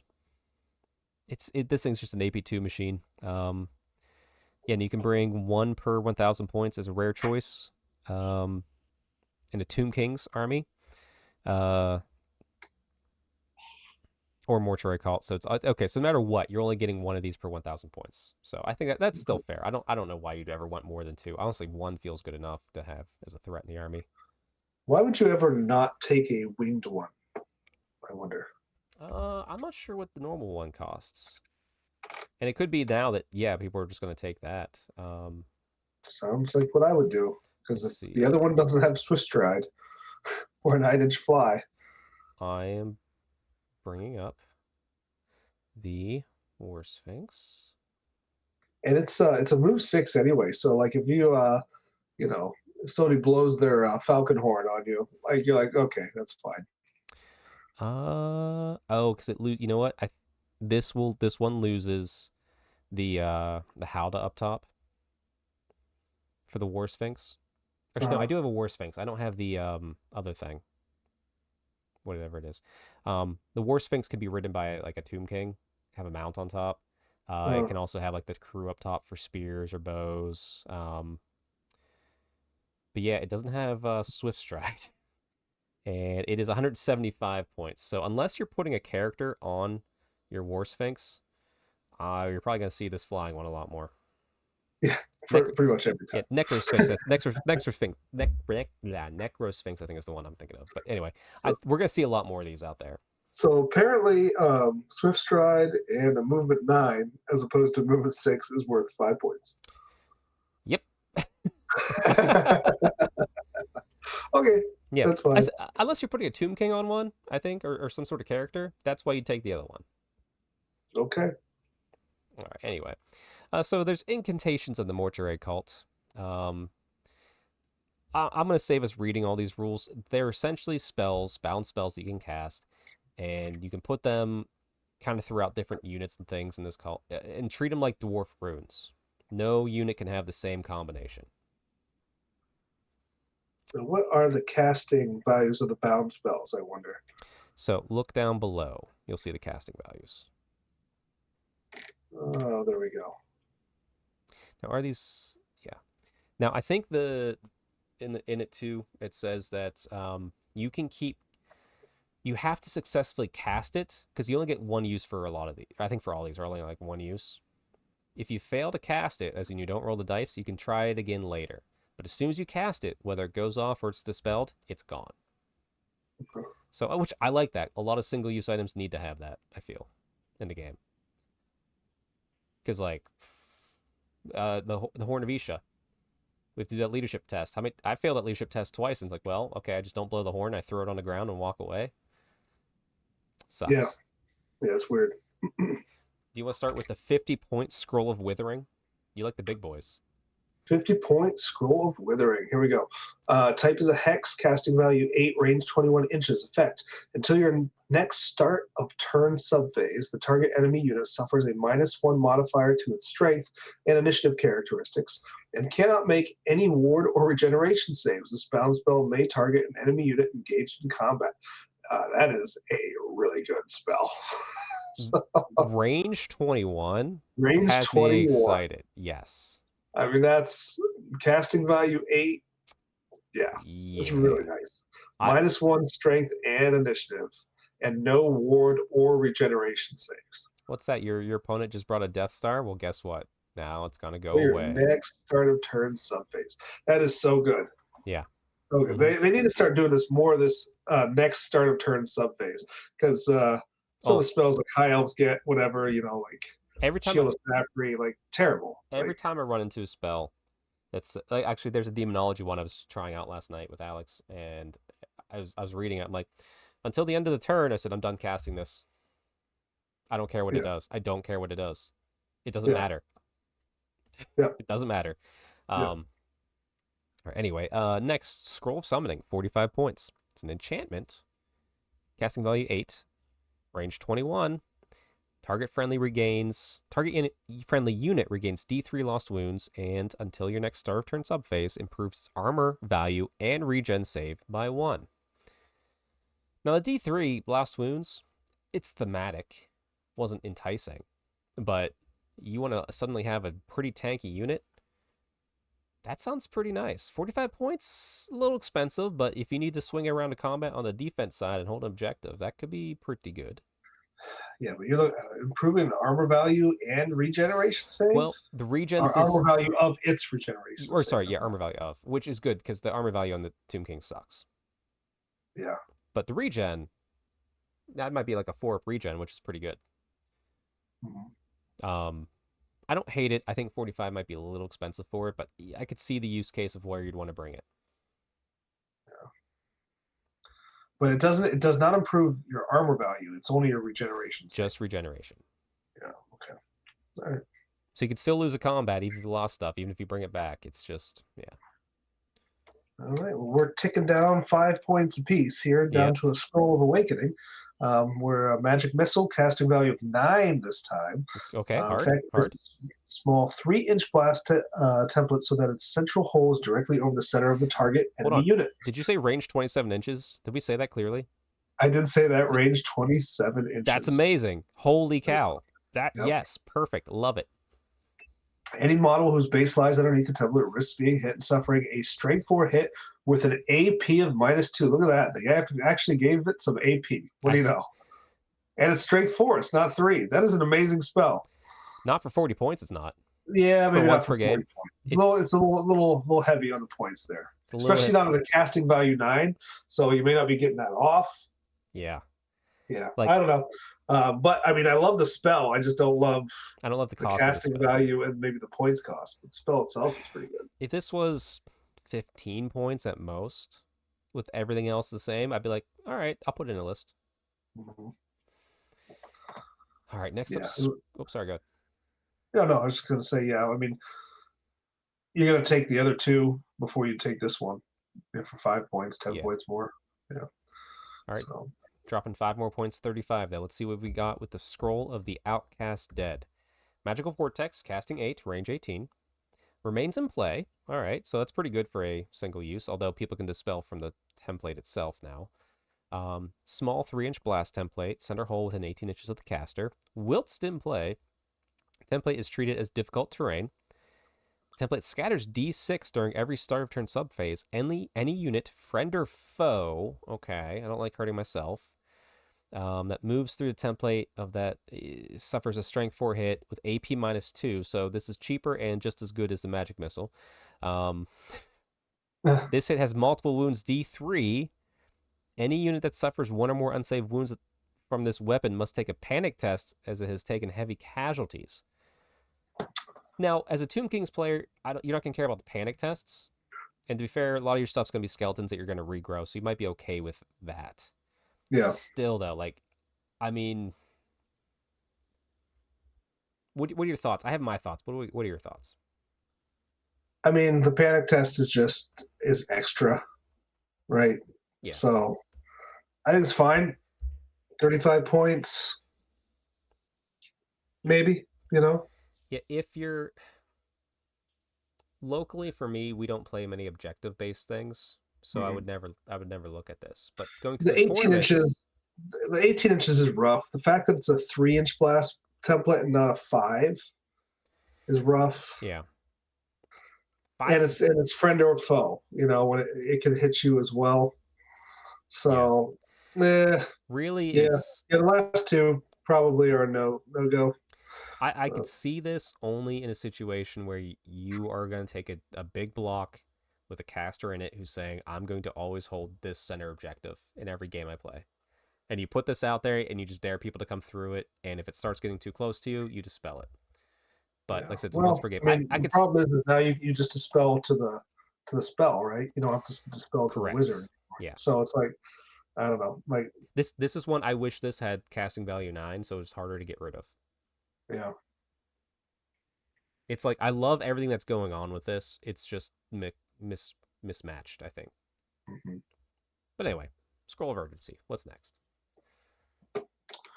Let's see what we got here. We got conveyance. We got casting value 7. We got a range 21 inches. 30 points, by Effect. the way. If the target friendly unit has already moved during this movement phase, not including failed charge moves, it can immediately move again. I like that. 30 points. Do 2 moves.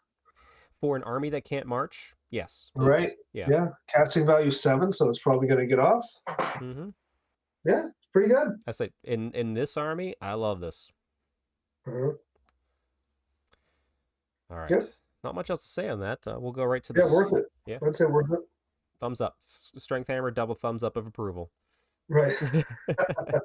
First rating system. Let's go. All right, next up, Scroll of Righteous Smiting, 10 points. Enchantment, casting value 10, range self. Remains in play, that's good, 10 points, awesome. Whilst the spell's in play, friendly units whose troop type is War Machine that are within the caster's command range can reroll single artillery dice or scatter dice per turn. Feels like that could just be an item for like 20 points, but okay. Yeah. Really, this is, oh, hey, I have some dude on a horse that's sitting between my two skull catapults. That's it. But he also gets to be an engineer. He's all, yeah, now he's an engineer for 10 points. It's a Lich Priest who always wanted to be an engineer, but Daddy wouldn't let him. He's got a hobby, that's all. Yeah, exactly. I have 2 skull catapults, so yeah, I'll put this on there every time because I'll probably be outside range of you to try and dispel it. It's just kind of, is it worth sacrificing the points of a character or points of something? Oh, it doesn't have to be a Lich Priest. It can just be whatever. Anyway, yeah, I like this. I'm going to take that one for sure. Yeah, that's worth it. 10 point. Anytime you see a 10-point item, you got to look at it. Yeah. You're always going to have 10 points somewhere. Yeah. Do you really need that musician in those 2 units? Yeah. You probably do, but anyway.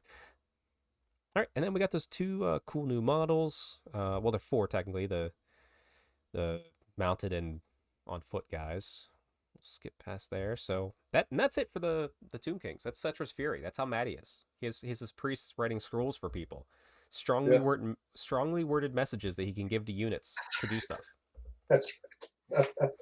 Yeah. He is an undead Karen. So yeah, what's fun? Don't forget, you can put those scrolls on units, I believe. So like, oh, nice. Yeah, so like that's some of the fun stuff of it.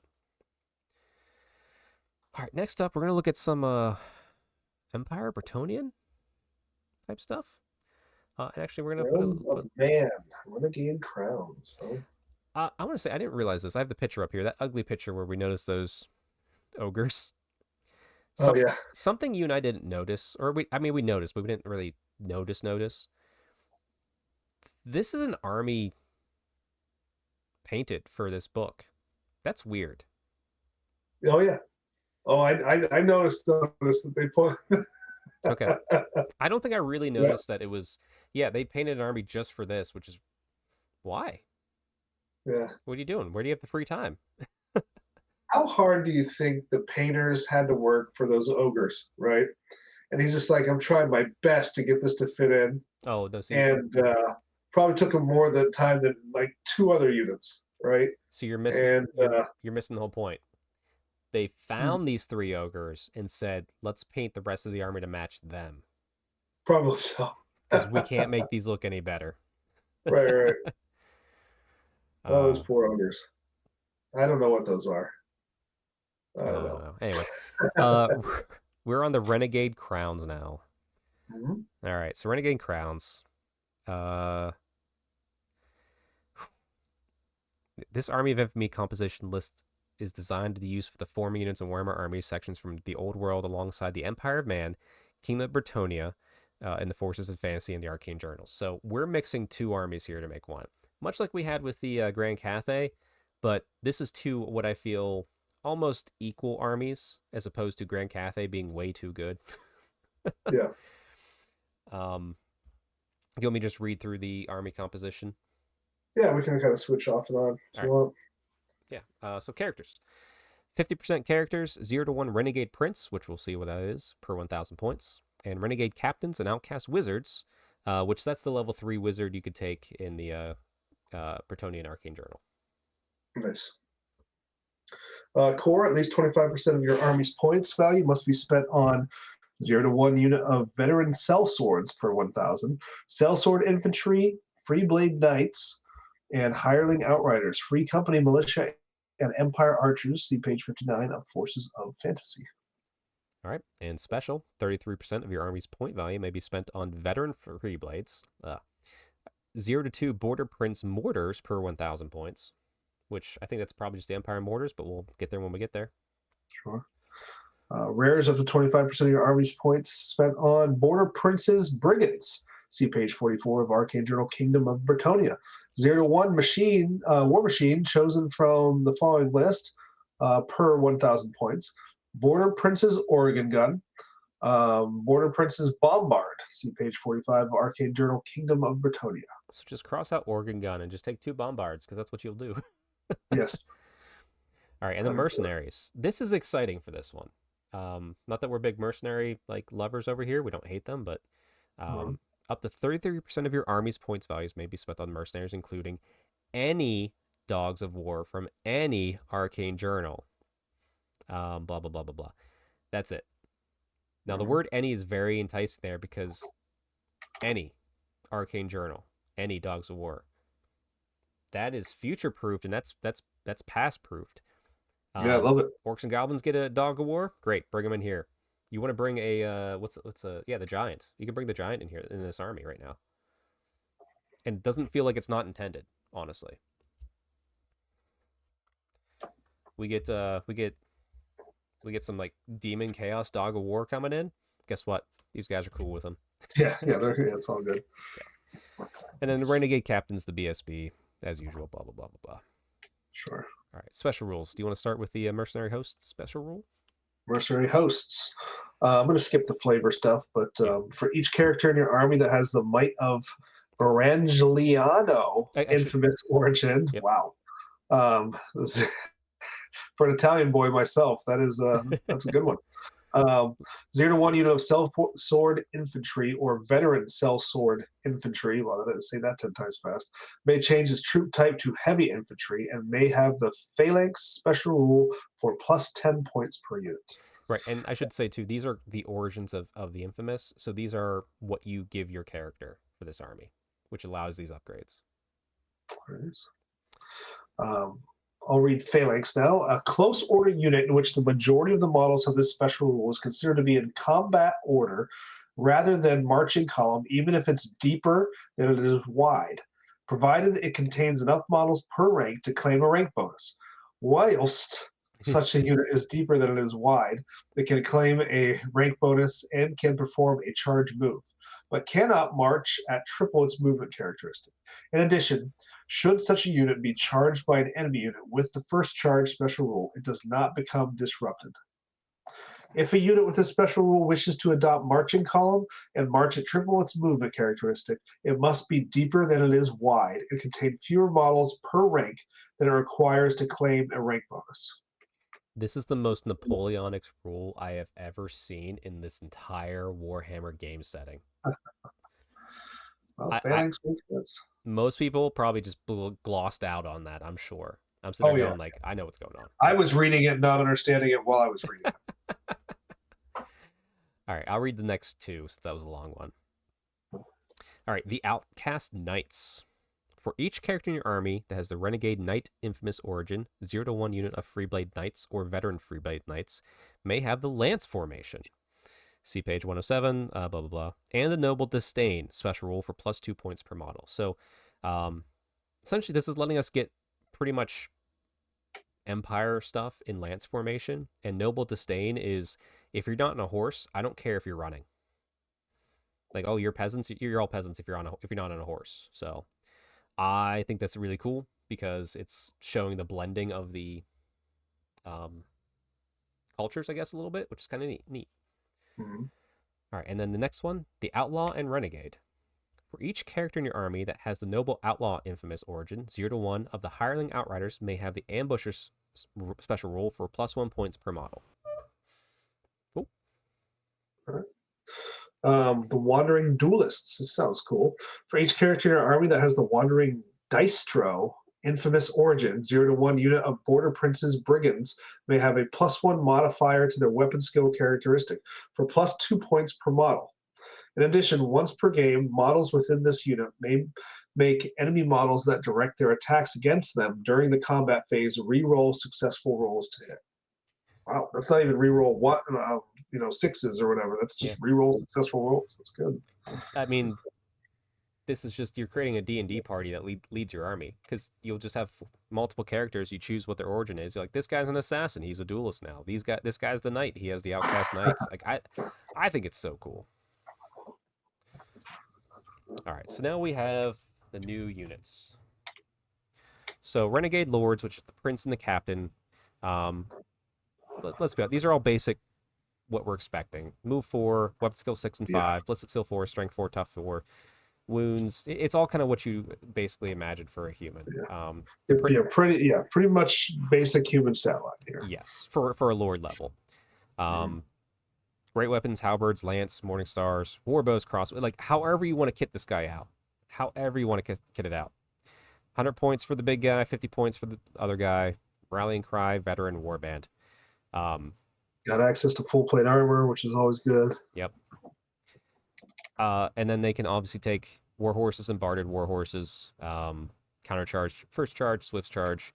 And listen, we don't need to go too deep into that one, because do you want a Bretonnian Empire character? Well, here you go. You get to make them now. The little bit here at the bottom, representing your character in game. Go ahead, Neil. Why don't you give us that one? All right. Renegade Lords offer the ideal opportunity to be creative, allowing players to combine parts from multiple kits in order to represent heroes and villains from all corners of the old world. Again, reinforcing that, hey, you're an adult, do some hobby. Exactly. Take some stuff. Take some bits wherever you want. Like I said, what I like about that too, you could be an evil version of this army. Why not? Just make sure that you have sculpted a nice, snidely whiplash mustachio on him. Exactly. Gotta do that. The next unit, Sellsword Infantry. Once again, and there's the basic and there's the veteran. So really, standard human, weapon skill 3, 4 if you're a veteran, move 4, BS 3, strength 3, T3, wounds 1, initiative 3, attacks 1 or 2, leadership 5 and 6. Take whatever weapon you kind of want. Really. Like, right? Am I missing anything here with this? Not really. I mean, it's got hand weapon and shield. So, you're looking at like a 4+ save on these guys. With the parry save, that's I don't know. They don't look super beefy. I guess that you could get heavy armor, so you could get down to a 3+ save on them for 6 points per model. That's good. That's a good shout out. Yeah, I like that. So that's not bad. You can take great weapons on them, I guess. If you wanted to do that, but I don't know why you would want to do that. I think you would just go with. Well, here's why you might want to give them thrusting spear halberds. You might want to give them halberds, and then give them shields as well. Then you can alternate between the hand weapons and the halberds. Here's why you might consider great weapons, is the special rules. So the sellswords have close order detachment. So you could do a unit of 10 detached to a bigger unit of sword and shield. They also have horde, regimental unit, and warband. So they're really good at staying. They're going to have lots of static combat res. And then the veterans have close order, detachment, horde, regimental unit, warband, and veteran. So obviously it makes sense. That's a nice mix-up for humans, I think, on like horde alone. Like I having just played a unit that has horde, it's really good, and it helps you swing a couple combats. So horde's great. But once again, horde and warband together are really good. Yeah, but this could be you could take a normal Bretonnian archers, and that's the sellswords with the bows. Or you can kit bash whatever you want. Like, this is every bit of this army. Like, they're making these unit profiles. I didn't want to say War Scrolls. I was trying so hard not to say War Scrolls. These unit profiles are being made so you can create a very cool themed army. Like, this makes me want to start this army. Yeah. I personally, if I was running this unit, I would get as many of them as I could, as cheaply as I could, with the most amount of save that I could. Yeah. So. Yep. I mean, technically the veterans you can get full plate. Yeah, that's pretty good. Yep. Still can't go over 3+ though, right? Right. So, well, then you give them halberds at that point. All right. Next up, Free Blade Knights. I mean, we're gonna say the same thing here, right, Neil?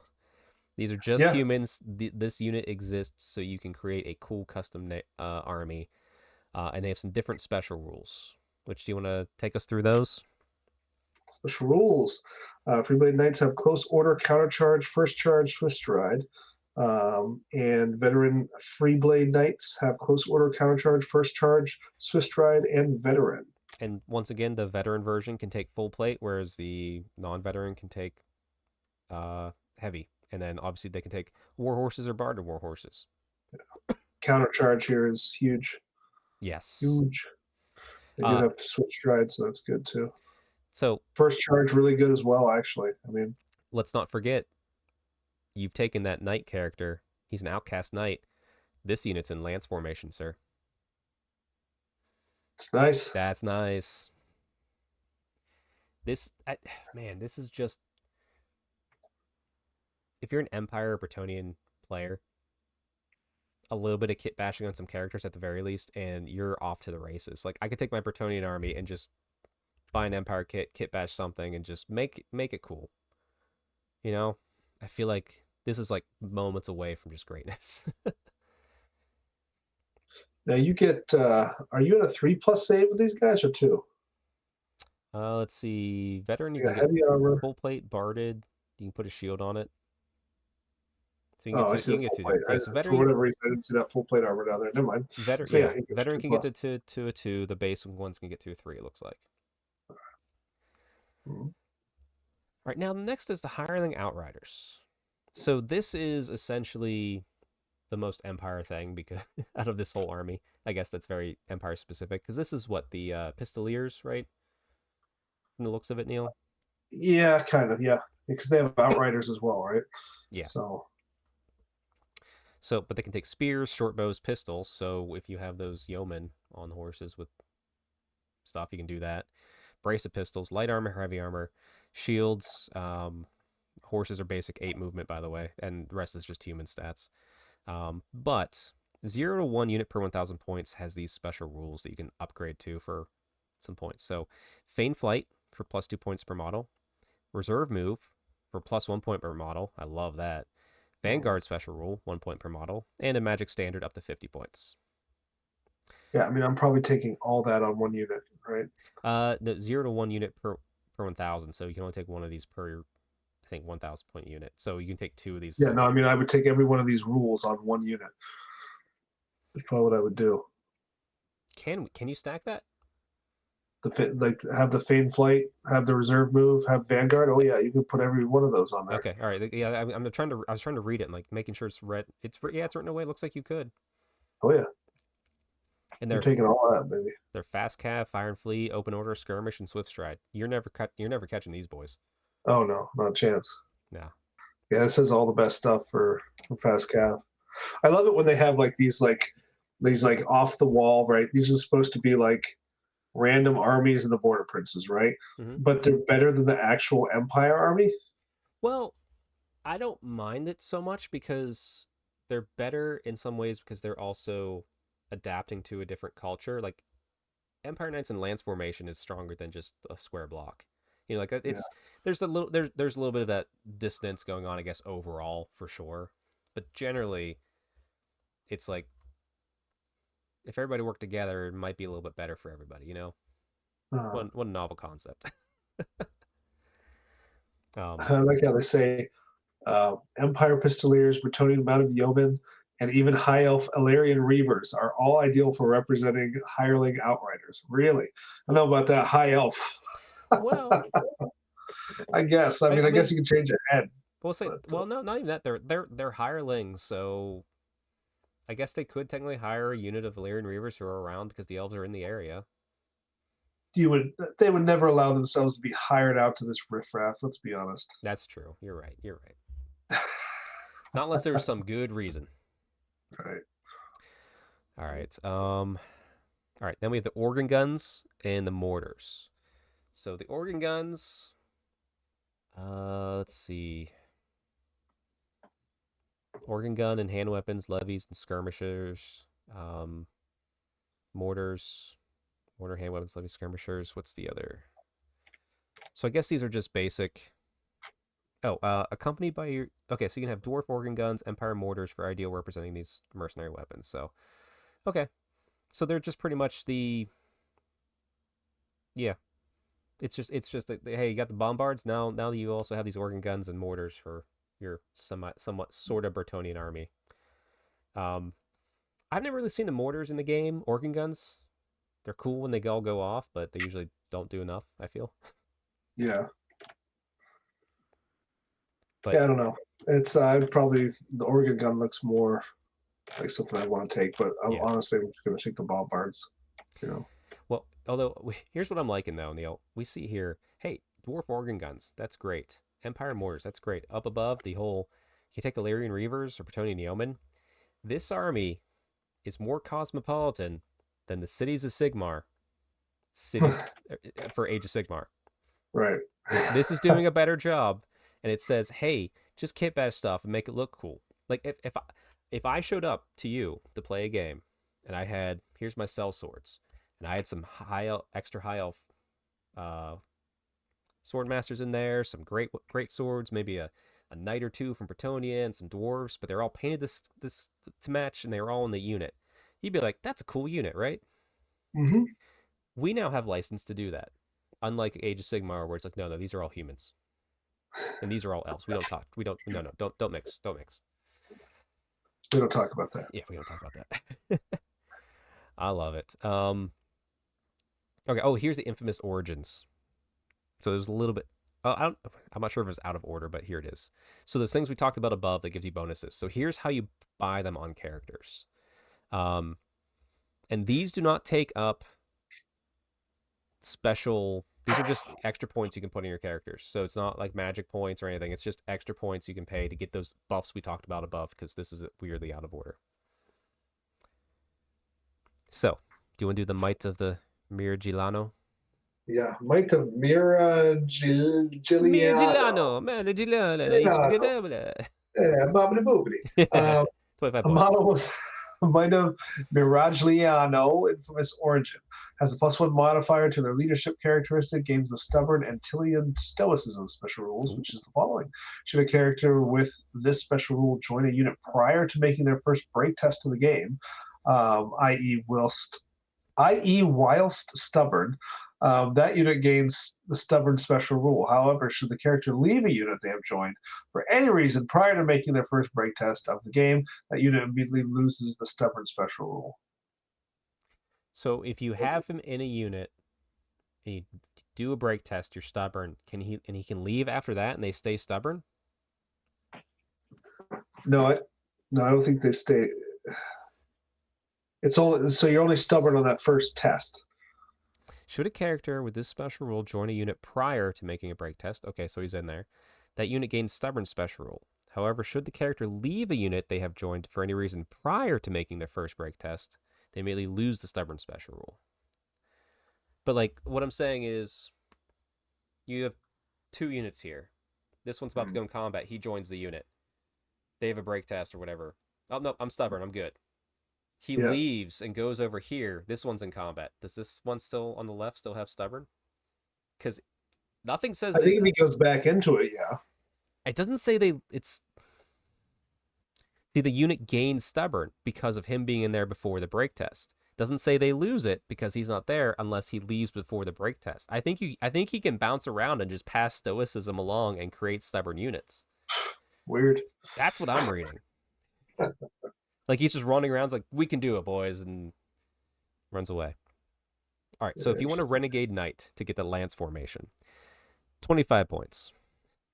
Model with a Renegade Knight, infamous origin, +1 modifier to weapon skill and strength. That's pretty good. May purchase magic items from Bretonnia, Kingdom of Bretonnia, magic lists, and the Arcane Journal for Kings of Bretonnia, and the gain Noble Disdain and Veteran Special Rule. That's pretty good. I love that hey, your guy that's going to pass lance formation to these non-Bretonnia knights, he's probably from Bretonnia, so therefore he can take Bretonnia magic items. And then the Noble Disdained, so a model with special rule whose troop type is cavalry does not make panic tests when a friendly unit whose troop type is infantry is destroyed within 6 inches. 25 points. Like, these are feeling really cheap for what they're giving me. Yeah, that's really nice for the Knights. Yeah, it's better than the other Arcane Journal for the Knights. Yeah, that's true. All right, model with Noble Outlaw. A model with a Noble Outlaw infamous origin has a +1 modifier to their ballistic skill and leadership characteristic. Gains hold the line special rules. See page 48 of Forces of Fantasy. May purchase magic items from the Empire of Man magic item list in Forces of Fantasy and Arcane Journal Empire of Man. May take one of the following: a handgun, a repeater handgun, repeater pistol, short bow, longbow. May take one of the following special rules: ambushers or scouts. So clearly he's the gun guy from Nuln who came over for this little charade over here. And I'm going to check right now to see what hold the line is. So that's what I'm curious about. I can't remember exactly what that is. Find on this page. Yeah, I can't remember what that is. While you're looking that up, I will start with the Wandering Dice Draw. Oh, wait, hold on, I got it. By the way, Noble Outlaw is 20 points. Nope, that's VP. Yeah, sorry, do the next one. All right. Also 20 points. A model with a Wandering Dice Draw infamous origin has a +2 modifier to the weapon skill characteristic. Pretty good. Gains a feint and dodge special rule. May not take any weapons with the last strike special rule. May take an additional hand weapon +3 points. Feint and dodge once per game when an enemy model directs its attacks against a model with this special rule. We'll get there. We'll get there. We'll get there. So, hold the line. Character and any unit they've joined automatically pass panic tests. Okay. All right. So yeah, that Empire guy's seen some stuff. So yeah, the Feint and Dodge. So we have to go over to the War of Settra's Fury Arcane Journal FAQ, which I'll bring up on screen right now, which was released like a day ago as of recording. Because of that "you" statement, I'm pretty sure. Uh-huh. So to finish up what you said, once per game, when an enemy model directs its attacks against the model of this special rule, you may make that enemy re-roll its successful rolls to hit. And also they update the map a little bit because they had some map issues in there too. Whatever. So there you go. We know what Wandering Distro does. You're not going to hit him easily. So what do you think? So that's really it for the Renegade, which honestly felt like the bigger part of this Arcane Journal, even though it's Settra's Arcane Journal. Yeah. Give me your thoughts. Give me your thoughts, please. I'd have to see it played. It sounds okay. I'd have to without actually putting an army together with points, it'd be hard to say. But some of these things sound all right. I don't know about the Wandering Dice Draw, 20 points. It's like you may not take any. You can't have the last strike special. So I guess you could still have a magic weapon at that point, right? Just as long as it's not last strike. Yeah, and don't forget, he's also going to get higher weapon skill. Or he's gonna be able to buff up some units too, like weapon skill on the characters. Plus, so there's some bonuses he passes around too. So yeah, I mean, I like the Renegade Knights the most. Those are pretty sweet. I don't know about the Maragliano stuff there. I really want to know if on the way I'm thinking of it works that way. Yeah. He just runs around. And if it does, then you're taking those cell swords and stuff, and you're having a guy jump in between those, just to try and make you a little bit of an handle there, I guess. Yeah. Make somebody kind of chew through you a little bit, give you time for these Renegade Knights to go pounding into you. Yeah, I mean, really, you might be able to just have a big enough block with one of those Tillians in there, and that's all you need to make it what it needs to be. Yeah.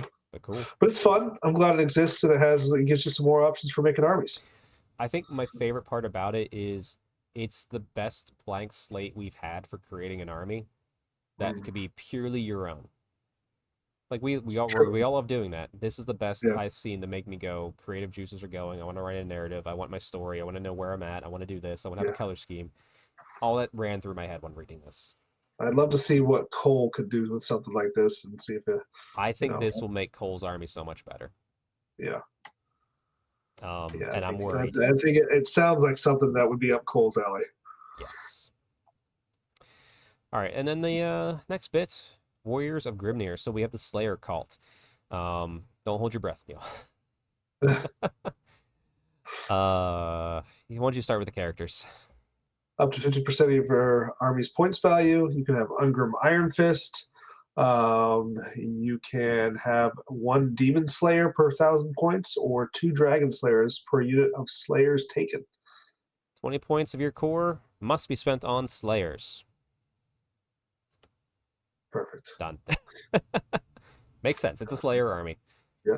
Special. Up to 50% of your army's points value may be spent on 0 to 1 Brotherhood of Grimnir, 0 to 4 Doom Seekers per Demon Slayer or Dragon Slayer taken.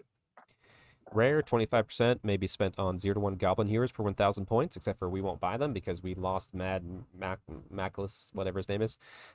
0 to 1 Dwarf Cart per 1,000 points, not including Miners Carts, so just the beer carts. And if you include Ungrim Iron Fist, 0 to 1 unit of Hammers may be included as a rare choice because he's still a king.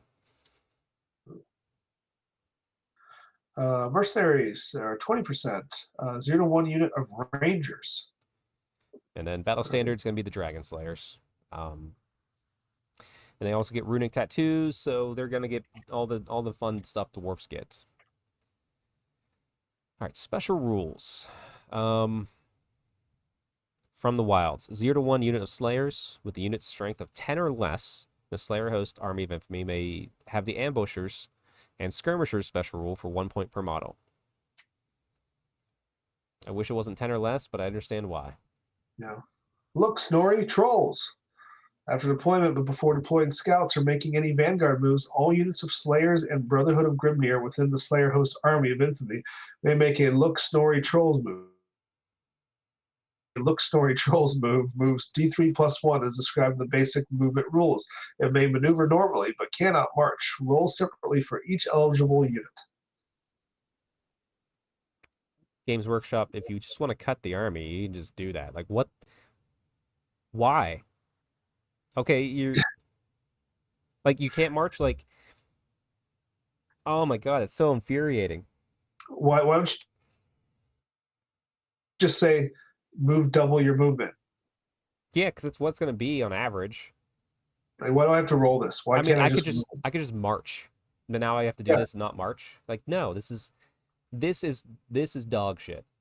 I don't know what else to say. This is walking through your yard and you realize your son forgot to clean up the big steamy pile of poop that you told him to. And you're in your flip-flops and it's not fun. Like, the whole army should have just said you can have a full... it would have been better if they just said the whole army can move once before the game begins. Oh, okay. Sorry. Yeah. Let's move on. Yeah. Troll Hunters. 0 to 1 characters per 1,000 points in Slayer Host Army Infamy, not including Ungrim Iron Fist, may have the Scout special rule for 10 points per model. Okay, that's fun. That helps. Yep. Wards of Grimnir. Any unit in the Slayer Host Army of Infamy that includes a standard bearer may purchase Wards of Grimnir for 1 point per model. A unit with Wards of Grimnir has a 6+ ward save against any wounds suffered during the shooting phase that were caused by non-magical attacks. Why not just make it a 6+ ward save? Why not just give the army a 6+ ward save, considering they're not getting fucking anywhere because they don't move for shit and you're not letting them move for shit? Right. Just give them a 6+ ward. I'd be like, that's fine. I don't care. And scouts would be nice, right? You could kind of put them behind the army lines if they let you, but nobody's going to let you do that, right? No. I mean, it's like... They're either going to deploy on the line and be like, oh, you'll never catch me, or... Yeah. Man, okay, imagine you're running up against a Bretonnian knight player with this army. You're not doing it. You just drink beer and watch. Yeah. Don't even play. Don't even play. Yeah. You're like moving like little slabs of warriors around. Not very far, but around. Yep. You can do that. Worst among equals. If your army includes Ungrim Iron Fist, he must be your general. If not, he must nominate a Daemon Slayer or Dragon Slayer to act as your general, even though the loner special rule would normally prevent this. However, to reflect the Slayer's poor reflect that slayers make poor leaders. A dragon slayer or demon slayer that is the general does not gain the inspiring presence special rule. I don't think that matters too much because I think leadership's just pretty high in dwarfs. Let's be honest. Right. So that's not the worst thing in the world, and like that's a flavor fluff thing. I get it. I'm mad about the lack of getting to your opponent. All right. But there is one new unit, that Brotherhood of Grimnir. So Shrine Guards and the Shrine Keeper, as usual. These are 18 points per model, 21 for the Keeper. Move 3, we weapon skill 5 or 6, BS 3, strength 4, toughness 4. It's a pretty standard dwarfs. Wound 1, initiative 3, 2 attacks though. Regular infantry, unit size between 5 and 30 models. So that's that rare cap. We don't see the cap too often, but right. That's fair. Do you want to go through the options and I'll do special rules? Yeah, we got extra hand weapon, we got great weapon, we got Shrine Keeper, which is a champion for 21 points. Upgrade one model to a standard bear, musician, purchase standard runes up to 100 points. Okay. There you go. The Shrine Keeper may purchase a single runic tattoo, varies weapon runes up to a total of 50 points, and talismanic runes up to a total of 50 points. It tickles me when I see a single runic tattoo cost varies because it's just whatever it costs. Yeah. I like that.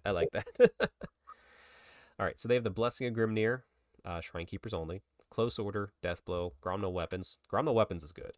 Because that's AP, I think. Hatred, Orcs and Goblins. Yep. Immune to Psychology, Loner, Magic Resistance -2. Motley Crew, Resolute, Slayer, and Unbreakable. So Motley Crew. So you can mix and match the weapons here. That's pretty fun. Yeah. I don't know why you would. I just put great weapons on all of them. Yeah, and just hope for the best. Yep.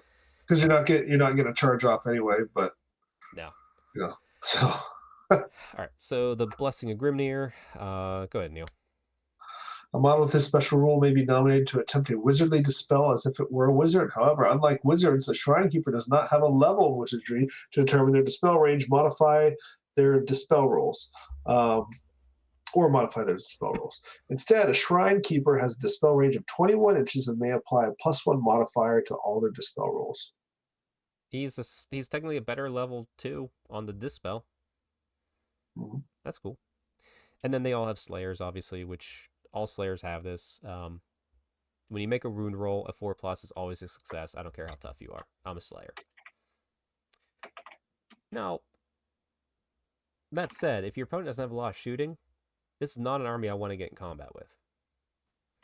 You'd have to hit it really, really hard to make sure there's almost no attacks coming back at you. Because when the attacks come back at you, it is going to hurt. I will give it that for this whole army. If anything's left alive.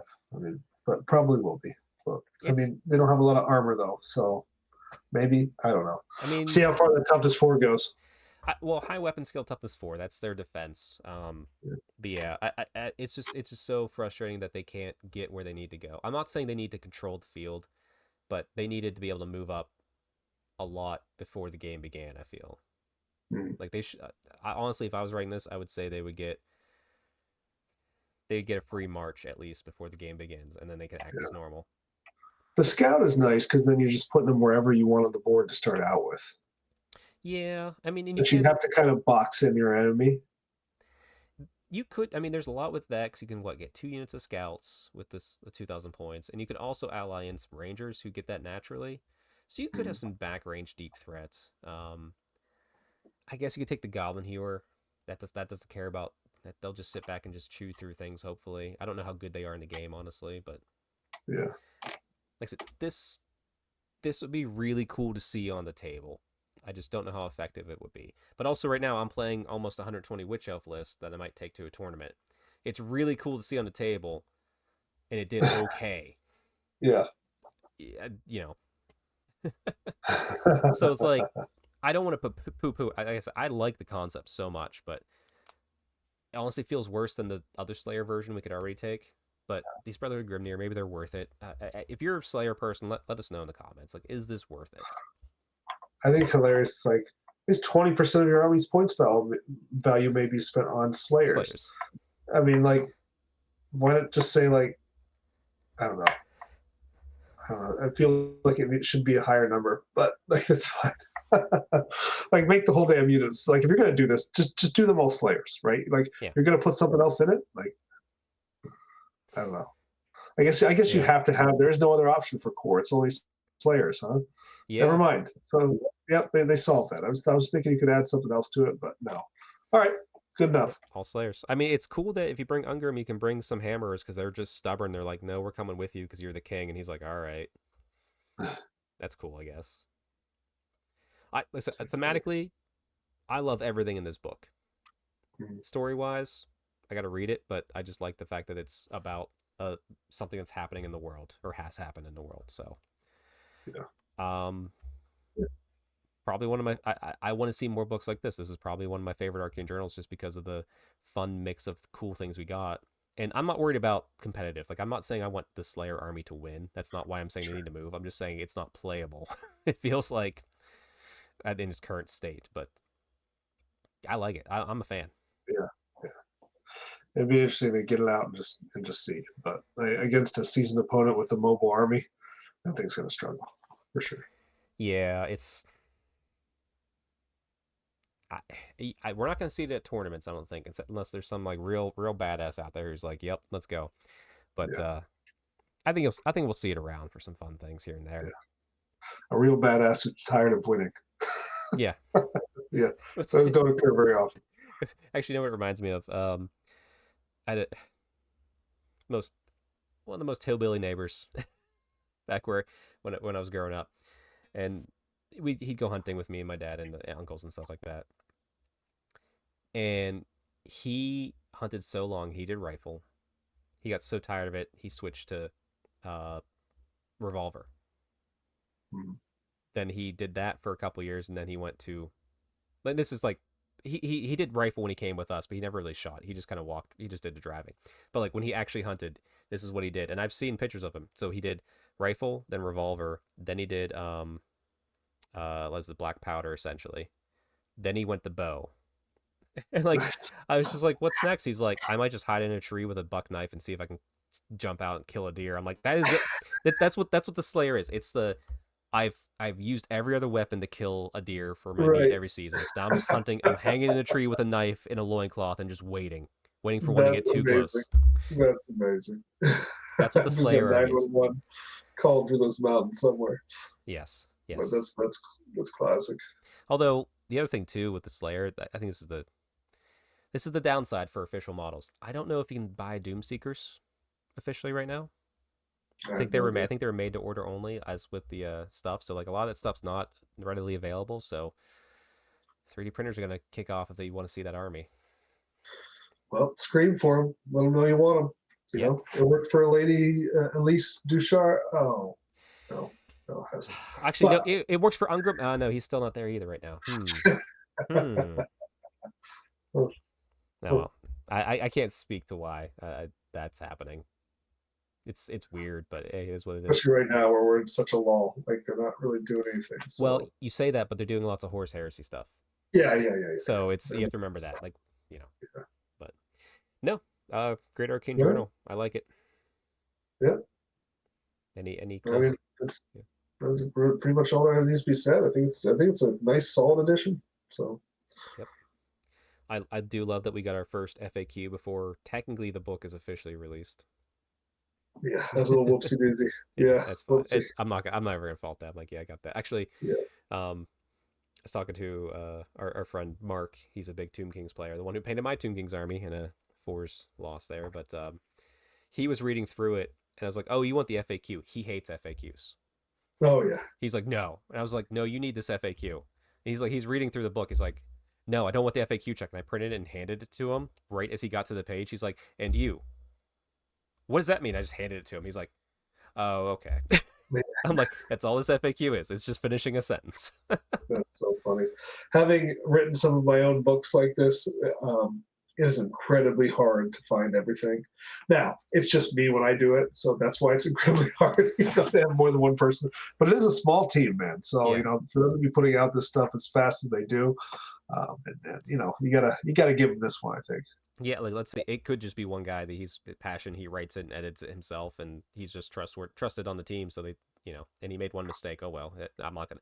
It happens. It's not a big deal. And they caught it and they put it out. Right. Yeah. So, but yeah, no. With that, everybody enjoy this Arcane Journal. Do we know? We don't have anything that's next now, do we? We don't know what's happening for anything Old World related now. Not really. Ooh, We're out. We're in the time of mystery. All right. Okay. Well, we will catch you all, I think, next week. Yes, we should be good next week as long as depending. Hey, we'll most likely catch you all next week. Yeah. We need to see because Alex and I are going to the tournament, so Neil has a few days to possibly record, and if he's busy, we might just skip a week. But check the social medias. I'll put it out there, as well as the YouTube stuff. So, but we'll see if we can make it work. All right. All right. Catch you all later.